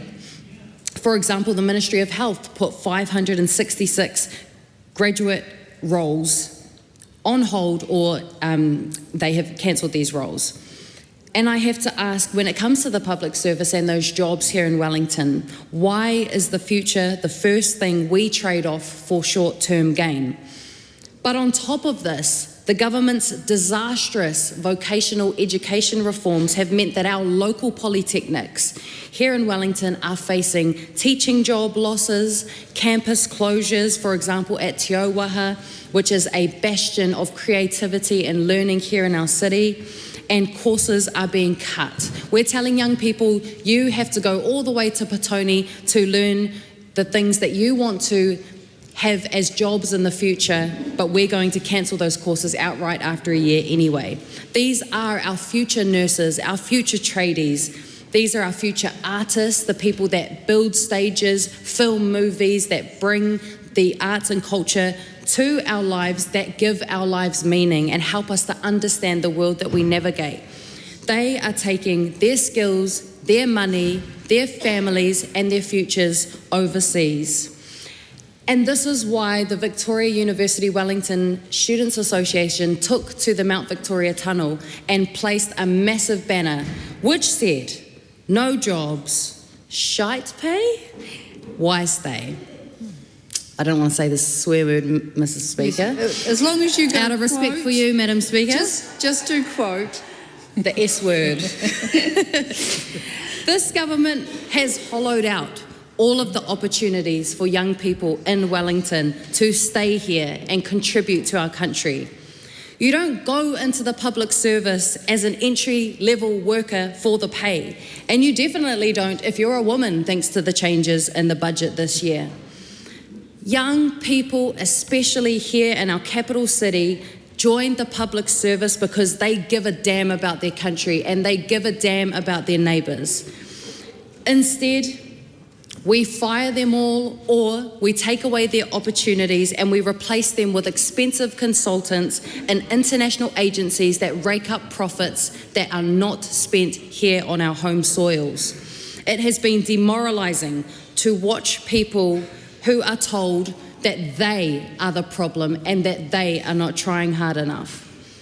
We are exporting our future at an alarming rate. And sadly, our capital city can no longer compete with the tantalising temptation of a job in Australia that pays a wage that keeps up with the cost of living, and a society that values its workers and its future. Tim Crossley. Thank you, Madam Speaker. Well, it may have been Freudian, but never a truer word spoken than when the last Labor member to speak said, "Can the national government please deliver our plan for us?" Because I can tell you they didn't deliver very much in their time, and that's what it takes is a team that are actually focused on delivery. And one thing we need to deliver right now for this country is growth. And that is what is key in our area, is bringing growth. And there is no better example of the lack of delivery by the last government or the growth coming to a region like I'm proud to represent in Kapiti and Horowhenua than the new expressway, which Suze Redmayne knows all about, from Otaki to the north of Levin. This is a road, in fact, the first petition I ever ran was about this road after Labor cancelled it in 2018, and I ran a petition and we promised at the time that when we were next back in government, we would build this road, and that is exactly what we are doing. And I am so proud. We found, of course, getting into government that all the money wasn't there. It wasn't fully funded, and Susan and I had to fight. It was the next petition was to get the right design. We've delivered that with a full interchange at Tarua Road in Levin, a full interchange at Taylor's Road in Otaki, and we are so excited to see construction start come spring. It is an opportunity for us. In Horowhenua, Levin it has that real opportunity that everything coming out of Wellington passes through that little gateway of Horowhenua before it splits to Hawke's Bay, to Manawatu, to Taranaki, to Taupo on the central North Island. And that's a real opportunity for growth for us. And we see other signs, not just the road, but new subdivisions like Taraika, new housing, businesses, new businesses popping up and old businesses that are doing well. And I would like to mention Lewis Farms that took out one of the top awards at the Wellington Gold Awards recently, and congratulate all those businesses that have been selected as finalists for the Wellington Regional Awards and the Local Business and Top Shop Awards. And while I'm mentioning local people, can I also, because part of our story for growth, obviously we need to support our businesses. They are part of that story for growth, but we have some local heroes in the community. I'd like to acknowledge my youth team. It's not just one youth MP where I come from. Can I acknowledge Manit, Sam, Jack, Aroa, Christina, Harrison, Olivia, Fern, Abigail, Liam, Yelan, Charlie, Imogen, Keita, Hamish and Ryan for the great work they do, and being able to support them and see them do great things for youth, like the public safety campaign in Parapara Umu that has delivered real results, has been fantastic to be part of that. I'd also like to acknowledge some local legends and that have been recognised recently in the community awards, particularly in Horowhenua. I think of Jeff Ritchie from English Language Partners, the Kai Hub Youth Team in Shannon, one of Susan's favourites, Health Channel in Otaki, Huanui Mananui, and Steve Biddle from Hope Hub Free Store, and Tony and the team do a great job at Hope Hub.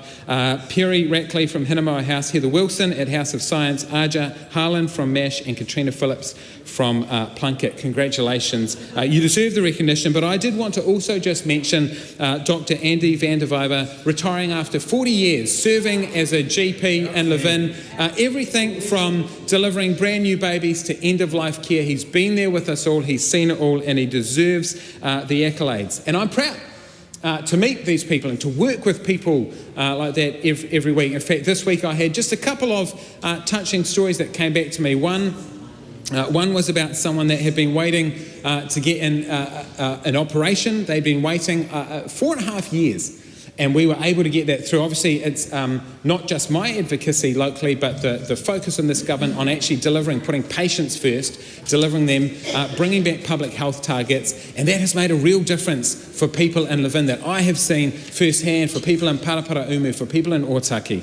And I'm proud to see that. But I also think of a message I was sent from a mum, someone we'd help to get the special transport they need to get their child to school on time each day.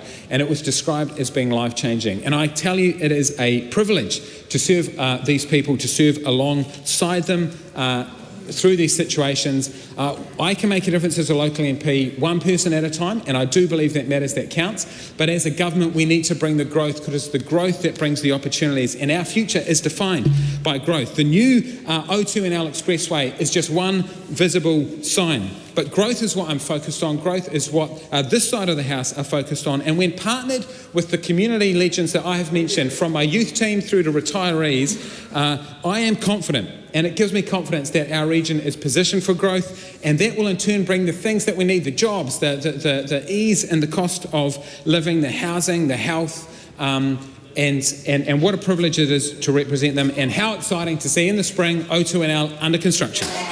Ruben Davidson.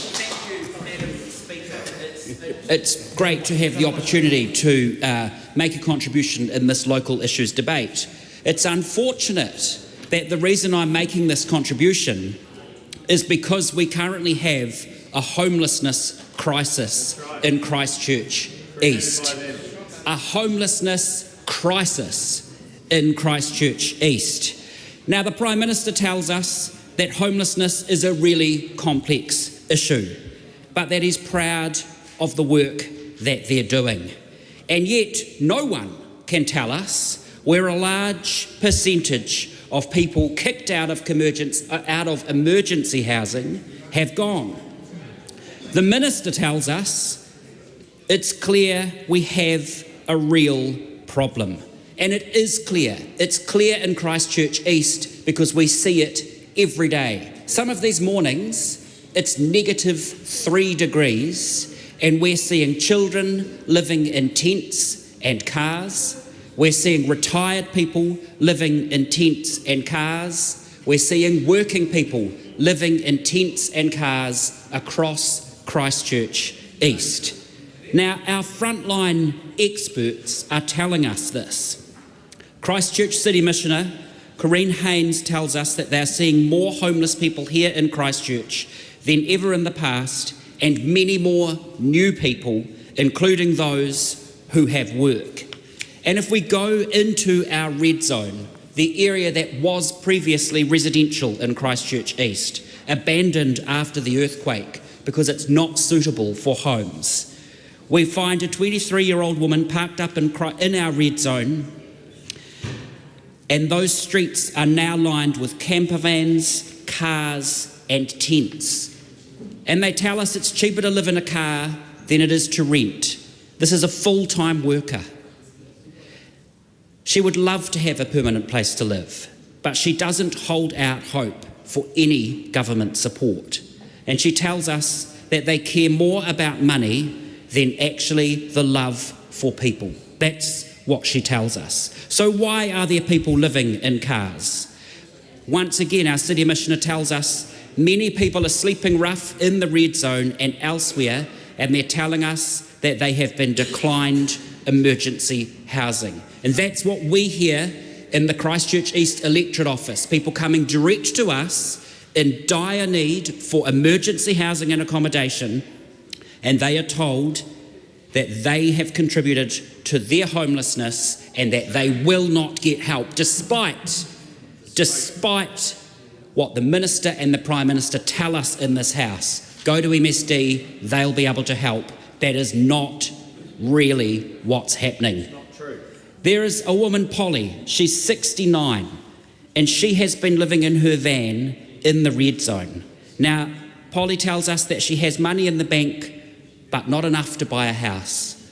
So as a pensioner, renting for her, she says, is out of the question because she wouldn't have any money left for her food or her bills. So literally her van has become her home. She has no heating in the van, and it's been -3 degrees. So Polly tells us that she just takes to the bed in her van and burrows under the covers. A 69-year-old retired woman on her own who has contributed a working life and now burrows under the covers in her van. She says that she's mostly happy in her own company. And she also says that living in the red zone was lonely. She says that she's not alone, but that she's lonely. Now, at the same time as Polly tells us this, there's something happening in suburbs across Christchurch East, in Parklands, in Aranui, in Bromley, in Avondale, in Shirley, in Linwood, in New Brighton. This government are selling kainga order homes. People are living in tents and cars, and you are selling homes in Christchurch East that they should be living in. Children in winter are living in tents and cars, and you are selling the homes they should be living in. Not you, Madam Speaker, the government. That's right. These people are not alone because there are lots of them, but they are lonely because this government is leaving them behind. Dr. Pamjit Parmar. Madam Speaker, I want to take this opportunity to highlight a critical issue that is impacting so many construction companies in Auckland. These construction companies want to build houses in Auckland. We all know it's so important to build houses because we always talk about supply and demand, affordability of houses, and it will happen only if more houses are built. And these construction companies, Madam Speaker, they are not able to proceed with their projects, not because they don't have people to work on their projects, not because there are any issues with their finances, or there are any issues with availability of land. They have land, but they just can't proceed building houses on that land because of Watercare's constraints. Madam Speaker, Watercare, I want to acknowledge that Watercare has proactively released a map which shows where the constraints are. In East Auckland, there are water and wastewater, both constraints. In Bombay, there are water constraints. And in Parramatta Rise, for example, there are wastewater constraints. And there are other areas as well where there are water care constraints because of which construction companies cannot build houses. Madam Speaker, I have spoken to so many people in the construction industry, and they are really frustrated about this because they have land. And sometimes people drive past this land and think that, oh, somebody's land banking. But it's not land banking. Actually, they don't know the reason behind why they are not able to proceed with their projects. And in Pirata Rise, I was talking to a construction company who wants to build 98 houses. They got land use consent, but when they applied for subdivision consent, from that point, they have been stuck. Another construction company wants to build 50 plus houses in Bombay. They are stuck because there are water supply constraints there. Madam Speaker, these are serious issues because in Auckland we have demand for more houses. And when we build houses, it's not just like one house is being built or it's about a supply and demand, but it's about a lot more than that. There are a lot of flow-on effects of building houses.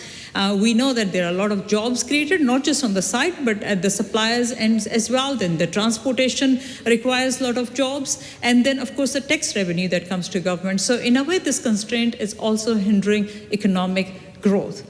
And, Madam Speaker, this bottleneck didn't appear just overnight. It appeared over time because previous government, Labour members, I heard them laughing before, those members, when they were in government, they didn't anticipate future need. And now, Madam Speaker, we have to look at what the future need is, and now we have to also react to this past shortfall. We have to react to this past shortfall. And these delays which are happening are very, very costly delays. So, Madam Speaker, yes, I have highlighted this issue. Now, I would like to highlight what this government is doing to address this issue. As Madam Speaker, we will know and we will remember that what Labour wanted to do, they wanted to enforce co-governance in water supply.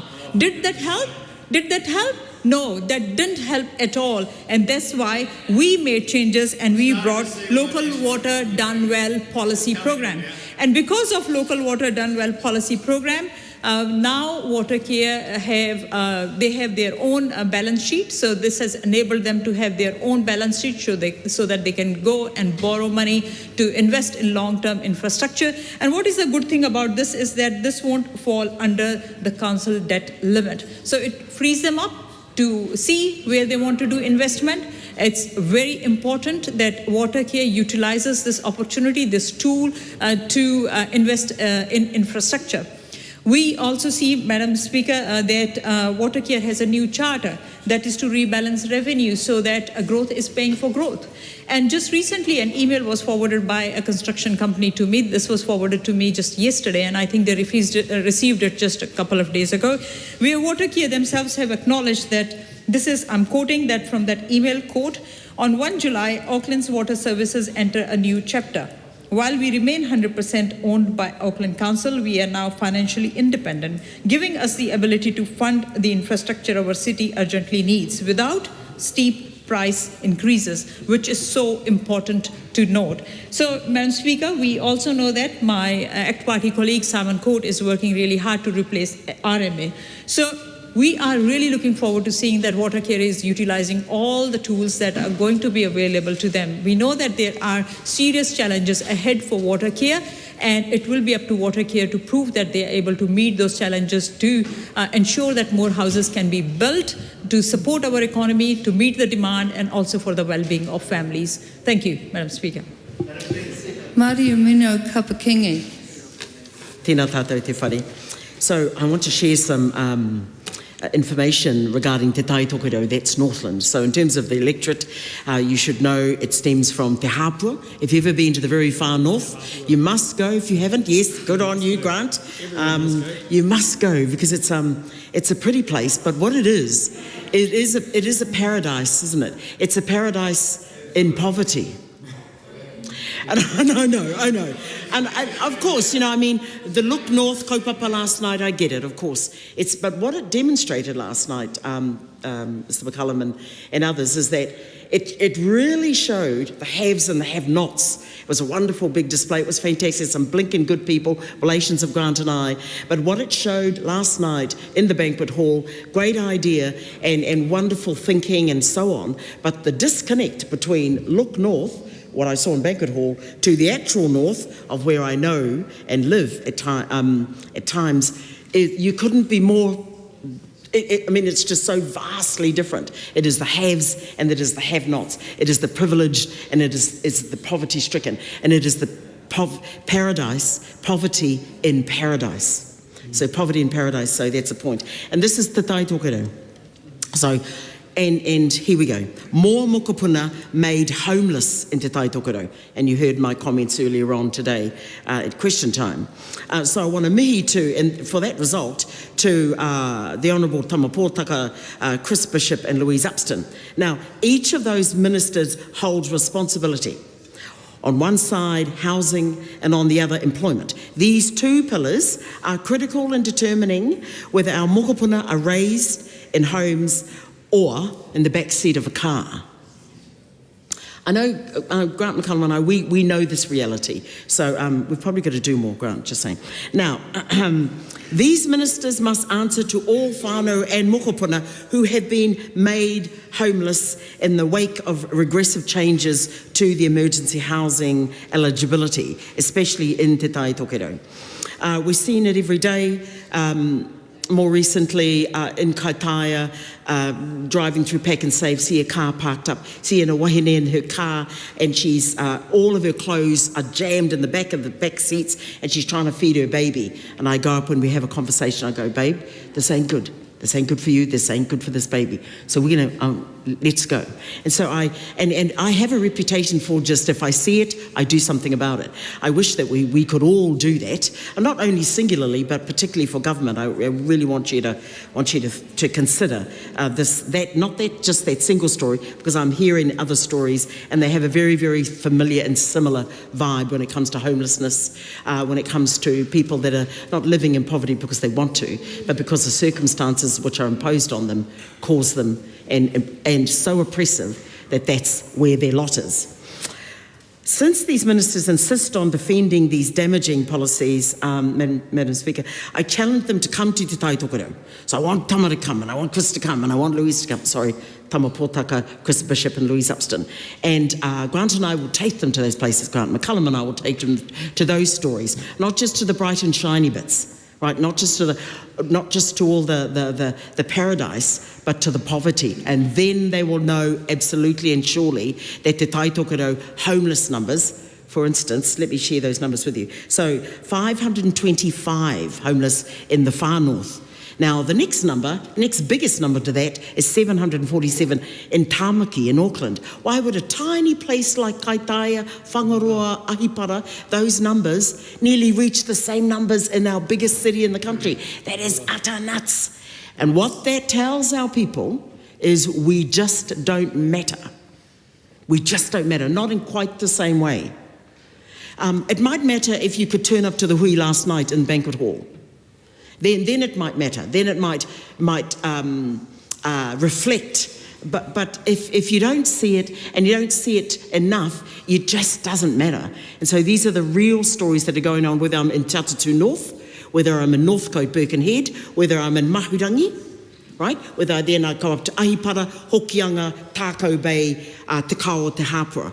These pockets of poverty, impoverishment, dislocation, deculturation exist deeply and unfortunately, horribly, in te tai tokerau. And I'd want to say greater things about tai tokerau, except unfortunately they're not quite great enough, Madam Speaker. So please, Grant McCullum and all the others that you want to look north, come, haere mai ki tai tokerau, kia ora tātou. Ryan Hamilton. Oh, Madam Speaker, the Waikato Medical School journey actually began 73 years ago when the first female National Party MP, Hilda Ross, was enthusiastically bidding for it for Hamilton.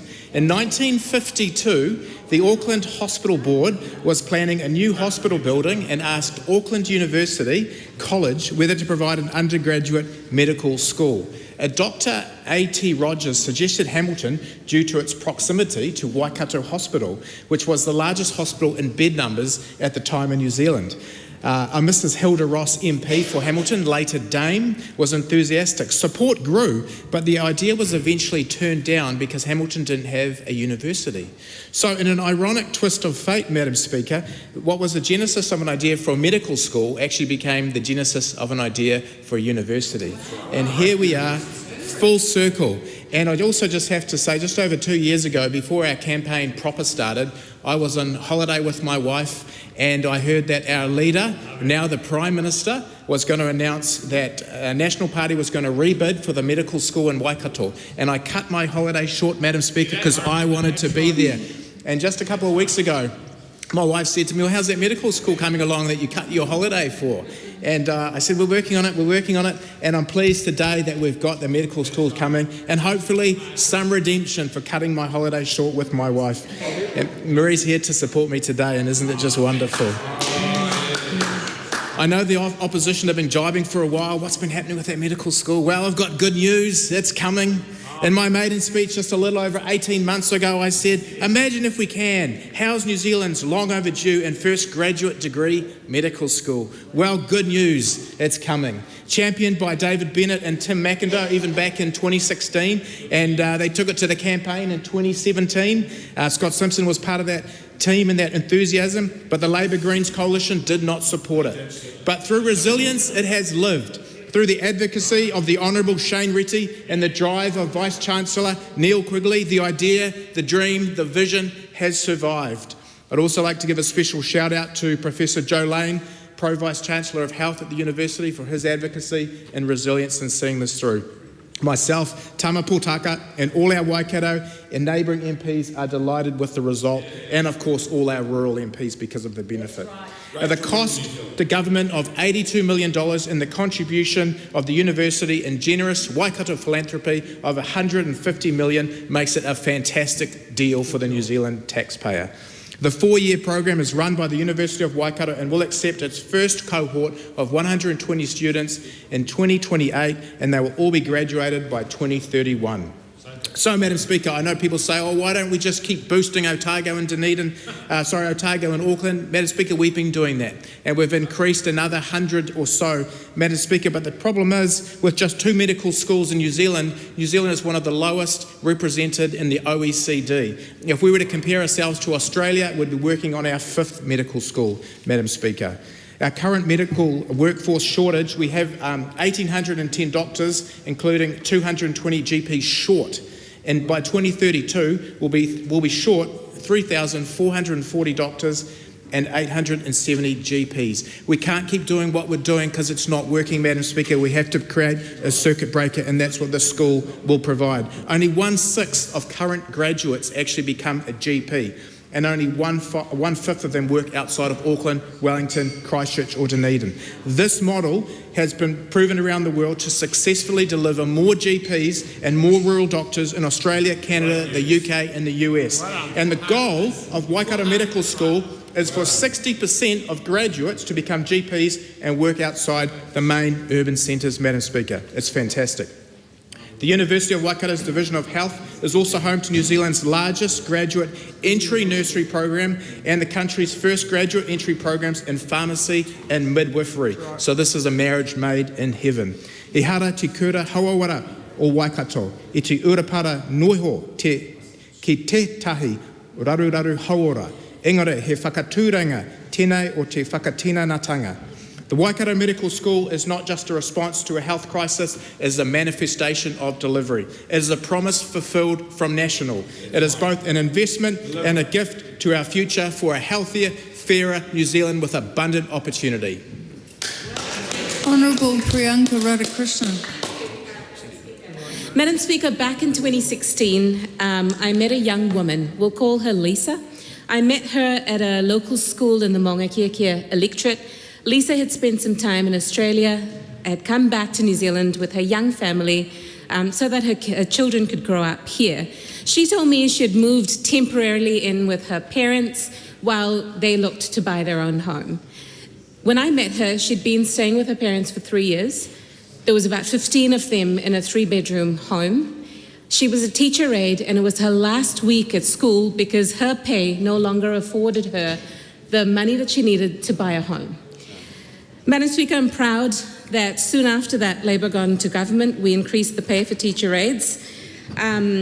We knew at the time in 2017 that the previous national government had left us with 1,500 fewer public homes than when they took office. In government, we delivered over 13,000 public homes, Madam Speaker, the most of any government since the 1950s. Close to 10,000 of those were new builds. And that's important because we introduced a target of 15% of new builds by Kāinga Ora that would be accessible homes. We then in 23 raised that target to 25%. We also delivered over 4,000 transitional homes. But sadly, Madam Speaker, we're going backwards. The Homelessness Insights report released yesterday gives us the evidence that backs up what so many of us have seen on the ground and have heard from social service providers that we have visited, that we're back in a housing crisis. Auckland City has seen a rise of 90% of people sleeping on the streets in just 8 months. Auckland Council's latest quarterly update shows that as at the end of May 25, the 6 providers with outreach capacity have been working with 809 unsheltered clients who are sleeping in cars, streets and local parks, up from 653 in Jan and 426 in September last year. That's a 53% increase in a 4-month period, Madam Speaker. Now, as of December last year, 396 people, close to 400 people, were on the housing register just in the Maunga Kia Tāmaki local board. But what are we seeing? We're seeing this government scrapping housing builds, Kāinga Ora builds in this electorate or in this local board area. In responses to my written parliamentary questions, Madam Speaker, Minister Bishop confirmed that 11 housing projects have been scrapped in this local board area. That's hundreds of houses. I'm trying to work out exactly how many houses have been scrapped, but so far, here's what I've found. In Onehunga and Mount Wellington alone, almost 500 homes have been scrapped. The Oranga development, 400 state houses that we had decided to demolish because they were old, but we were replacing them with 1,100 homes, of which 440 would be state houses. To date, only 370 built. Of those, 233 are social homes. Some of the projects that have been that are on the list to be scrapped, I'm pretty sure are part of this development as well. But I will be getting those details, Madam Speaker, because this is a government that is abdicating their responsibility to ensure that people have access to affordable, quality homes. And at the same time, food insecurity is increasing. I've been visiting providers in the electorate. Vinnie's in Onehunga tells me that some years back, on average, they gave out 200 food parcels a month. Now, the peak is 1,200 a month, and on average, it's 500. And they're forecasting this figure to rise. I visited the New Zealand Food Network that is also in the Maunga Kia electorate. 30% of their monthly recipients are new, have never asked for a food parcel before, and it's a challenge that is now consistent. Often they're employed from dual income households and they can't afford food, Madam Speaker. 93% of them cited the rising cost of living as the main reason for this, followed by low household or individual income due to low-paying jobs and unemployment. Madam Speaker, we can point to all of these metrics increasing as a direct result of the choices made by this government. And the fact that people lack housing affects all of us. First and foremost, those who are sleeping in cars, in tents in our local parks. But ultimately, is this the kind of society we want? Or one that we want to go back to, where children are learning by lamplight in cars? It's not the society that I want, Madam Speaker. Grant McCullum. Well said. Here we go. Talk about homelessness. Tokoro. It is time to look north. It is time to unleash the potential of Northland. It's time to build the road so the Brynderwins become part of an accelerator and not the economic handbrake it currently is. It is time for Northland to show it is miles above the rest. The NZIER report, released yesterday, commissioned by the Northland Corporate Group, is more than a document. It is a blueprint for growth, a roadmap for resilience, and a declaration that Northland is ready to deliver, not just for itself, but for Auckland and for all of Aotearoa, New Zealand. Let's begin with the facts. In 2024, Northland contributed $11.2 billion to New Zealand's GDP, 2.7% of the national economy. Yet our GDP per capita remains 30% below the national average. Not because we lack talent or ambition, but because of decades of underinvestment in infrastructure and connectivity. If we reached parity today, our economy would be worth $16 billion, but we're aiming higher. We have set a bold, achievable goal to grow our economy to $60 billion by 2050.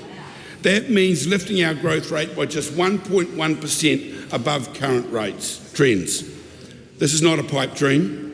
NZIER modelling shows that targeted investment, such as high-quality four-lane expressway, could boost national GDP by up to $1.2 billion per year by 2050. The Marsden Point Energy Precinct alone is expected to contribute $260 million annually and support over 1,100 full-time jobs. Madam Speaker, Northland is already delivering, or Mr. Speaker, sorry, just noticed a bit of a change. Northland is already delivering. We are home to New Zealand's largest fuel import terminal, supplying 40% of land transport fuel and 80% of the jet fuel in New Zealand, including for every plane leaving Auckland International Airport. We are home to Golden Bay Cement, New Zealand's only domestic cement producer, producing 60% of our domestic demand. We produce 96% of the country's kumara, 42% of its avocados, and we're expanding into subtropical crops like bananas and coffee. Our energy companies, North Power and Top Energy, are community-owned and leading charge in renewables. By 2026, Northland will be a net exporter of electricity. With the Energy Bridge proposal, we can unlock up to 600 megawatts of new renewable energy in the next 5 years. But this is not just about Northland, it's about Auckland's growth and New Zealand's resilience and our transition to a low-carbon economy. Our Māori economy is also growing. Māori-led enterprises are driving innovation in tourism, agriculture and sustainable land use. Cultural tourism is especially in places like Waitangi, the Hokianga and Te Hiku, offers story-driven experiences that celebrate our heritage and enrich our economy. We need resilient transport infrastructure. Closures on State Highway 1, particularly on the Rinduwins and the Mangamukas, have cost Northland businesses up to $230 million. Freight delays are forcing companies to reassess how and where they operate. This is not sustainable. And we also need the rail link out to the port so we can unlock the potential of Northport. We also need continued investment in water infrastructure, tourism infrastructure, and also in the amazing people of the North by rebuilding North Tech and the vocational training opportunities. Mr. Speaker, this report is an invitation to look north, to see the strength of our industries, the resilience of our people, and the scale of opportunity in Northland. We are not looking for handouts. We are asking for partnership, for recognition, for the tools to do what we know we can do. Let us invest in Northland, not just for the region, but for the nation, because when Northland grows, New Zealand grows. Te Horio Tokoro, look north. Tēnā koutou, tēnā koutou, tēnā tātou koutou. The Honourable Jenny Anderson. Much, Mr. Speaker. Te Aotearoa tupua rau, he auripo e te awa kairangi, he kaitiaki ke te whenua. Ko te wai o te awa kairangi, ko te toto o te whenua. Ko te whenua, ko te toto o te tangata. The waters of the Hutt River are the lifeblood of the land, and the land is the lifeblood of its people. Mr. Speaker, my local issue is an important one. Chris Bishop has a plan to pollute the Hutt River, and I would like to stop it. He's rewriting the rules that protect our fresh water, our lakes, our rivers and our drinking water. And the core issue in this, Mr. Speaker, is that he is removing the cap on synthetic nitrogen fertiliser, which is already causing big issues for the Hutt River. Now, some may say that Mr. Bishop is a shrewd political operator, but he has committed the cardinal sin of defecating in his own backyard, and the people of the Hutt Valley will not stand to watch that happen. The problem we currently have is that nitrate cause a point of order, toxic... the Right Honourable Winston Peters. Mr. Speaker, how can someone be allowed to get away with that comment with respect to Mr. Bishop and the backyard? I won't repeat it, it's so disgraceful. It is defamatory in the extreme, and set outside would be cause for a libel case, but here we are, tolerating in Parliament. Now, she described him doing something in his backyard which is false, untrue, and she should be asked to stand up now, withdraw and apologise. I think while you can have some colourful descriptors inside parliamentary commentary, I did myself take a double take at the way in which the member presented that particular idea. And I think the Right Honourable Winston Peters makes a good point. I'd also point out that this House is somewhat preoccupied with the whole concept of cyberbullying and the pressure that comes on MPs from outside the House. We should not exacerbate that by comments that are made inside the House. And I think on balance I would ask the member to withdraw and apologise for that remark. I withdraw and apologise, Mr. Speaker. I would say he would be soiling his backyard. Is that acceptable? No, not particularly. No, okay, just not. Sorry, you can...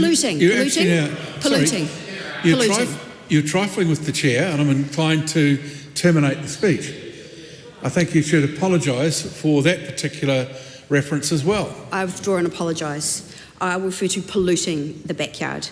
The problem we have currently is that nitrates cause toxic algae bloom in the Hutt River. So when summer comes, when the water level drops and the heat increases, algae blooms and nitrates increase that growth. What already happens in the Hutt River is that we can't swim at times in summer. And the other problem is that dogs die. We have a number of dogs that die each summer because of the high levels of toxic algae in our river. By increasing that cap of nitrates, I wonder whether Mr. Bishop will walk his dog along the banks of the Hutt River in summer. Maybe he will stick to the Petone Beach once his regulations pass. Now, Riverlink. Riverlink is a project that was, it's great that it's going ahead, funded fully by Labor, and I'm pleased it hasn't been undone like other construction projects under this government. Mr. Bishop just yesterday spoke about this project and how important it is for the Hutt Valley. It's a new interchange, it's a flood protection, but also it turns our city to face the river. That's the most important part.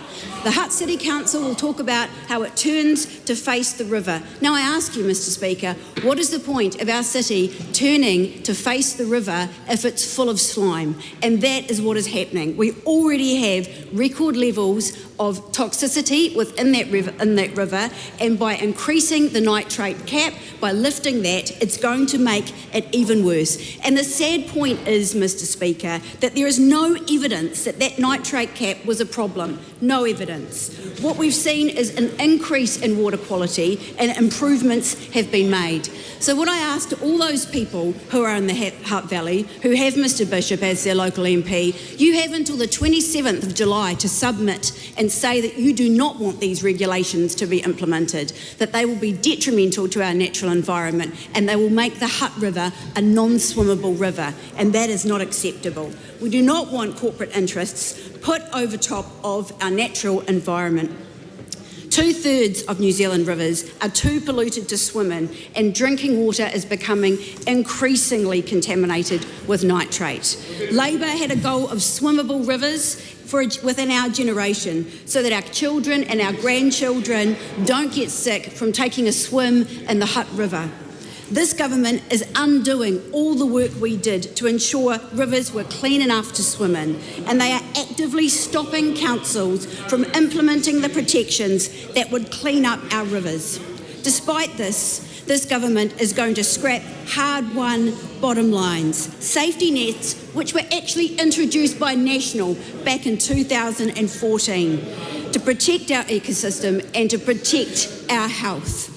These bottom lines were developed over years with scientific backing. Mr. Speaker, this is an important issue, a local issue that impacts the Hutt Valley and its people. We want our swimmable river back. We want to restore it. All of those wetlands that have been put in will make the water quality better, but this will be undone when Mr. Bishop rewrites the freshwater regulations and makes nitrates more able to be dumped into the river, making our river toxic, causing dogs to die and preventing our children from being able to swim in it. The time for this debate has expired. According to the determination made by the Business Committee, the House will adjourn until 2 p.m. on Tuesday, 29th of July at 12:25, following the maiden statement from Dr. David Wilson. I call on Dr. David Wilson. Thank you, Mr. Speaker. I hope to raise the tone a little in this speech. Eina mana, eina reo. E rau rangatira ma tēnā koutou, tēnā tātou katoa. Kei mila vulture. Dia diev. Wai hail oxal. Ways up hala. Bonjour à tous. Greetings, everybody. I just paid respect to your mana, your discussion, and your leadership. Then I wished you 100,000 welcomes, that God be with you, that you have happiness and prosperity, and that ye be healthy in the ancient languages of my tribes: Gaelic, Celtic, Norse, French, and Anglo-Saxon. I did that because I wished to convey my whakapapa and how I came to stand in this place, this parliament, this country. We all have many heritages, many places, and many people that form a part of us, that influence who we are and what we bring to this place. Let me start with a personal story. Born in Auckland, my adoptive surname is Wilson. My birth father was a Pinfold, and my birth mother, her maiden name is McKeating. The McKeating name, one strand, traces back to the 12th century at the time of the legendary Strongbow. Strongbow, aka Richard de Clare, Earl of Pembroke and later Justiciar of Ireland, was sent by King Henry II to conquer Ireland.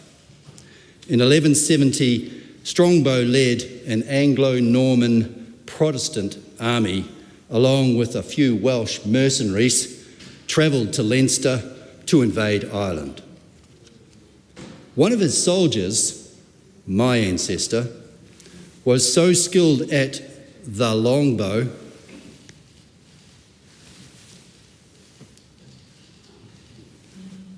That's me. He was given the name. I deliberately aimed at the gallery up there, but there's nobody reporting, so it's all good. He was given the name Keaton, which literally means to rain fire down on your enemies. You see, sometimes they wrapped the end of the long bows, the long arrows, and set fire to the thatched roofs and wooden buildings of enemy strongholds before an all-out attack. Longbows were superior weapons at the time, and Strongbow and his army were successful in conquering Leinster, aiding in the Norman invasion. However, many of Strongbow's army remained, including my lot, married and settled into the Irish way of life, where some said they became more Irish than the Irish. Later, they were to fight alongside their Catholic Irish families to try and repel the English Protestants once again. This reminds me of a story by the great philosopher Rowan Atkinson about religious tribes, but I will not repeat that here. We'll have to have that in some other time. Recently, I had the privilege of visiting the 850-year-old Keaton Norman Keep in the south of Ireland, still standing. It was a very poignant reminder that history is the greatest teacher. Keaton is the root name for Keating, Anne McKeating, and no, I don't think Ronan is my relation. The McKeatings in New Zealand are far more peace-loving these days. I tell you that story because in all our own personal ancestries, tribes have raped, pillaged and ransacked others. I'm pretty sure that every one of my tribes visited merciless mayhem on the others at one time or another in history. Thank God for the Enlightenment is all I can say. Born in Auckland, I grew up in Glendowie, went to Mount Taylor Primary School and Glen Innes Intermediate, which at the time you would have described as Decile 1 schools. My father worked very hard to allow me to cross the Tamaki estuary to board at St Kentigern College.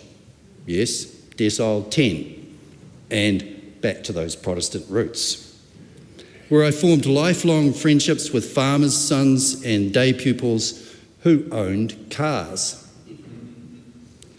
I had one older adopted brother who left home when I was about 7. Later in life, I met both of my birth families. I'm the eldest of 6 brothers and sisters on both sides, so I figure I can field a football team with numerous cousins and grandchildren. A far cry from being virtually an only child, now surrounded by love and acceptance. I was sporty. Auckland football rep, first 15, basketball, volleyball, athletics, Dukes Ladorum and all of that. I learnt that a team can lift performance far beyond what you are capable of alone. And there is a zone where words don't matter and are not needed. I also learnt that the true meaning of the word encourage is to place courage in another. Coming from both sides of the tracks has been very formative for me, as my life has been met with both triumph and disaster. And yes, I'm still learning to treat both of those imposters just the same. After the death of my father in the last year of school, I had to drop out of university, and his carpet businesses crumbled. I lost everything due to the avarice and criminality of others. So, get a haircut, get a job, get a place to live, go surfing, was my answer. I landed great jobs selling surfwear, sports equipment. I was on the ground as the buyer for Kmart in New Zealand, working alongside future owners of Pumpkin Patch and the like. I later set up my own surf shop, of course, sponsored young surfers and had R&D trips to Hawaii, Fiji and Samoa, learned a lot about small business and, hey, I got married. Later, with my wife's support, I was able to return to university as an adult and find my way to a Master's in Public Policy and a PhD in Governance and Economic Development. However, in the words of Thomas Sowell, it takes considerable knowledge just to realise the extent of your ignorance. Nevertheless, this grounding culminated in me leading the Institute of Public Policy at Aotearoa and partnering with the Committee for Auckland, thank you Sir Ron, and the Auckland Regional Council to create the Auckland Metropolitan Action Plan, the antecedent to the amalgamation of Auckland. Lots of learnings there. Subsequently, I became CEO of Northland's Economic Development Agency, and thank you, Grant, for stealing all my thunder. It was at this time that I was invited to work on New Zealand First's regional development policy and serve on the advisory panel for the Provincial Growth Fund. I count myself fortunate to have had many influences that have shaped me as a person I am today. Key amongst those is my beautiful wife, affectionately known as Dr. Anna, who holds me to account daily. My son Ash, who challenges my philosophical and political beliefs. My daughter Jess, a dancer, who has taught me about the beauty of the arts and gaining insight and meaning from movement and musicality. Coaching our kids, on the other hand, taught me humility. To all of my families, the Wilsons, the Pinfolds, the McKeatings, the Tabutos, thank you. To all of my fathers and mothers, I wish you could be here with me today. To my cousin Carolyn and father-in-law Vaughan, you were both invested in my success during the election, but sadly you have since passed away, making today somewhat bittersweet. To all my wonderful friends who have stuck by me through thick and thin, thank you. To my academic influences, the late Professor Ian Shirley, Professors Marilyn Waring, Tangalotelli, Peggy Fairburn Dunlop, Paul Dalzell, Carolyn Saunders and Phil McDermott, thank you. To my heroes, Martin Luther King, for your principles of integrity, dedication and unity. Winston Churchill, for your courage, forbearance and wisdom. And to my wife, for your perfectionism, dedication and compassion. To Winston Peters, thank you for constantly reminding us of our history and your decades of service to New Zealand. To paraphrase John Ralston's Saul during the neoliberal revolution, they are downgrading economic history in the universities as it is an unfortunate reminder of reality. Thank you for bringing reality. We face, as a nation, turbulent times. Geopolitical unrest in a multipolar world, old intransigent enmities, tribalism and war, religious fundamentalism, intolerance and tyranny, a global recession with trade barriers, a pandemic hangover from state overreach and profligate spending. Have we learned nothing? Actually, we have. Over the long run, things look different. Life expectancy in New Zealand in 1870 was 34. Today, it is 84. Never before in global history have we lived in more democratic, free and prosperous societies. Never lived longer or had better education and health access. We have reduced global poverty and infant mortality in the last 50 years at rates never seen before in history. This is progress. Far from perfect. More to do. Much more. The last 5 years in New Zealand have set us back. It's time to pick up the tools and rebuild together. Let me give you some sense of what I hope to bring to Parliament. Firstly, this institution is important. Parliament is important. It builds on the demos and the polis over thousands of years, even if emancipation came far too late for many. The foundations are set. There is no better way to organise a nation or society than Western liberal democracy. Liberal democracies correlate more strongly with human rights, prosperity, fairness, trust and equality before the law than any other system of government. The temptation to raise one group over another or subjugate one group to another is deep in our DNA and has the entirety of human existence as proof. Yet citizenship, with its rights and responsibilities, is the greatest leveller. It provides us with the mechanisms to unite, not divide. The last 20 years of my career have focused on economic development for New Zealand. Why? Prosperous nations have strong institutions, high degrees of trust, and the wherewithal to create the living standards and conditions we all aspire to. Without prosperity, we have little hope of addressing the critical issues we face today. It is the basis. It is the foundation. Economics, if you go back to its roots, had welfare as its goal.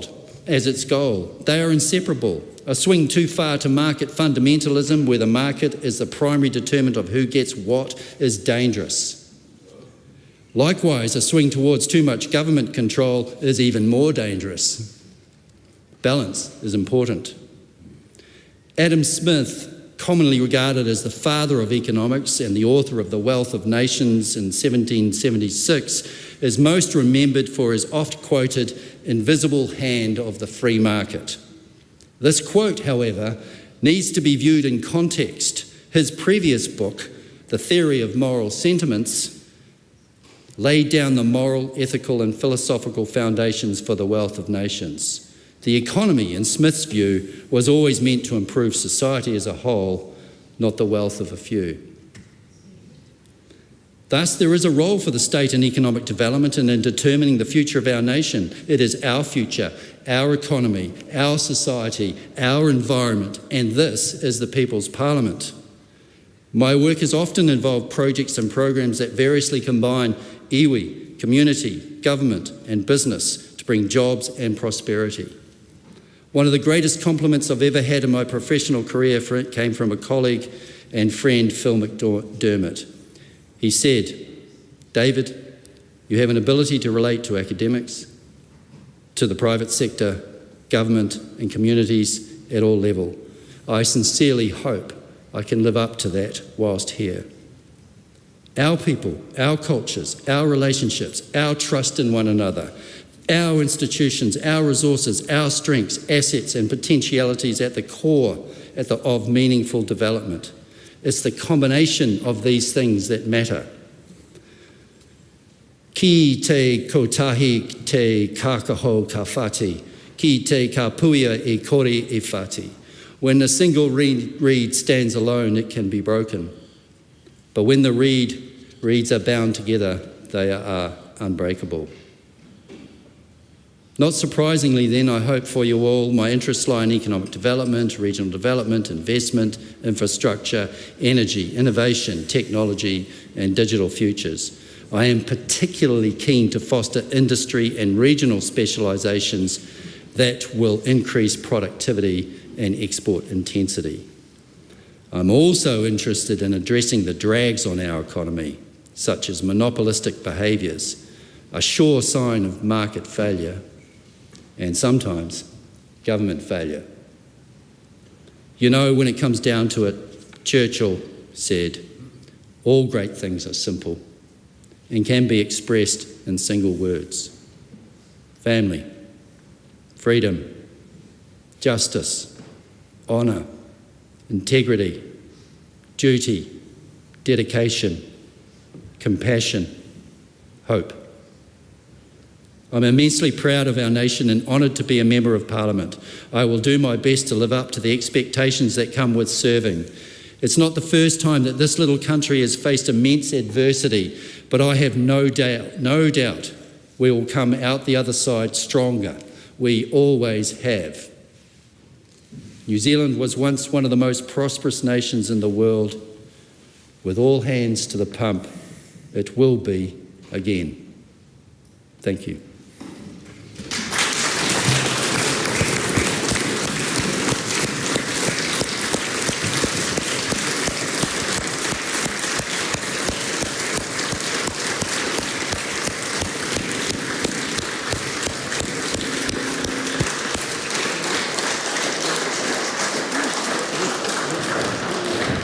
The House stands adjourned.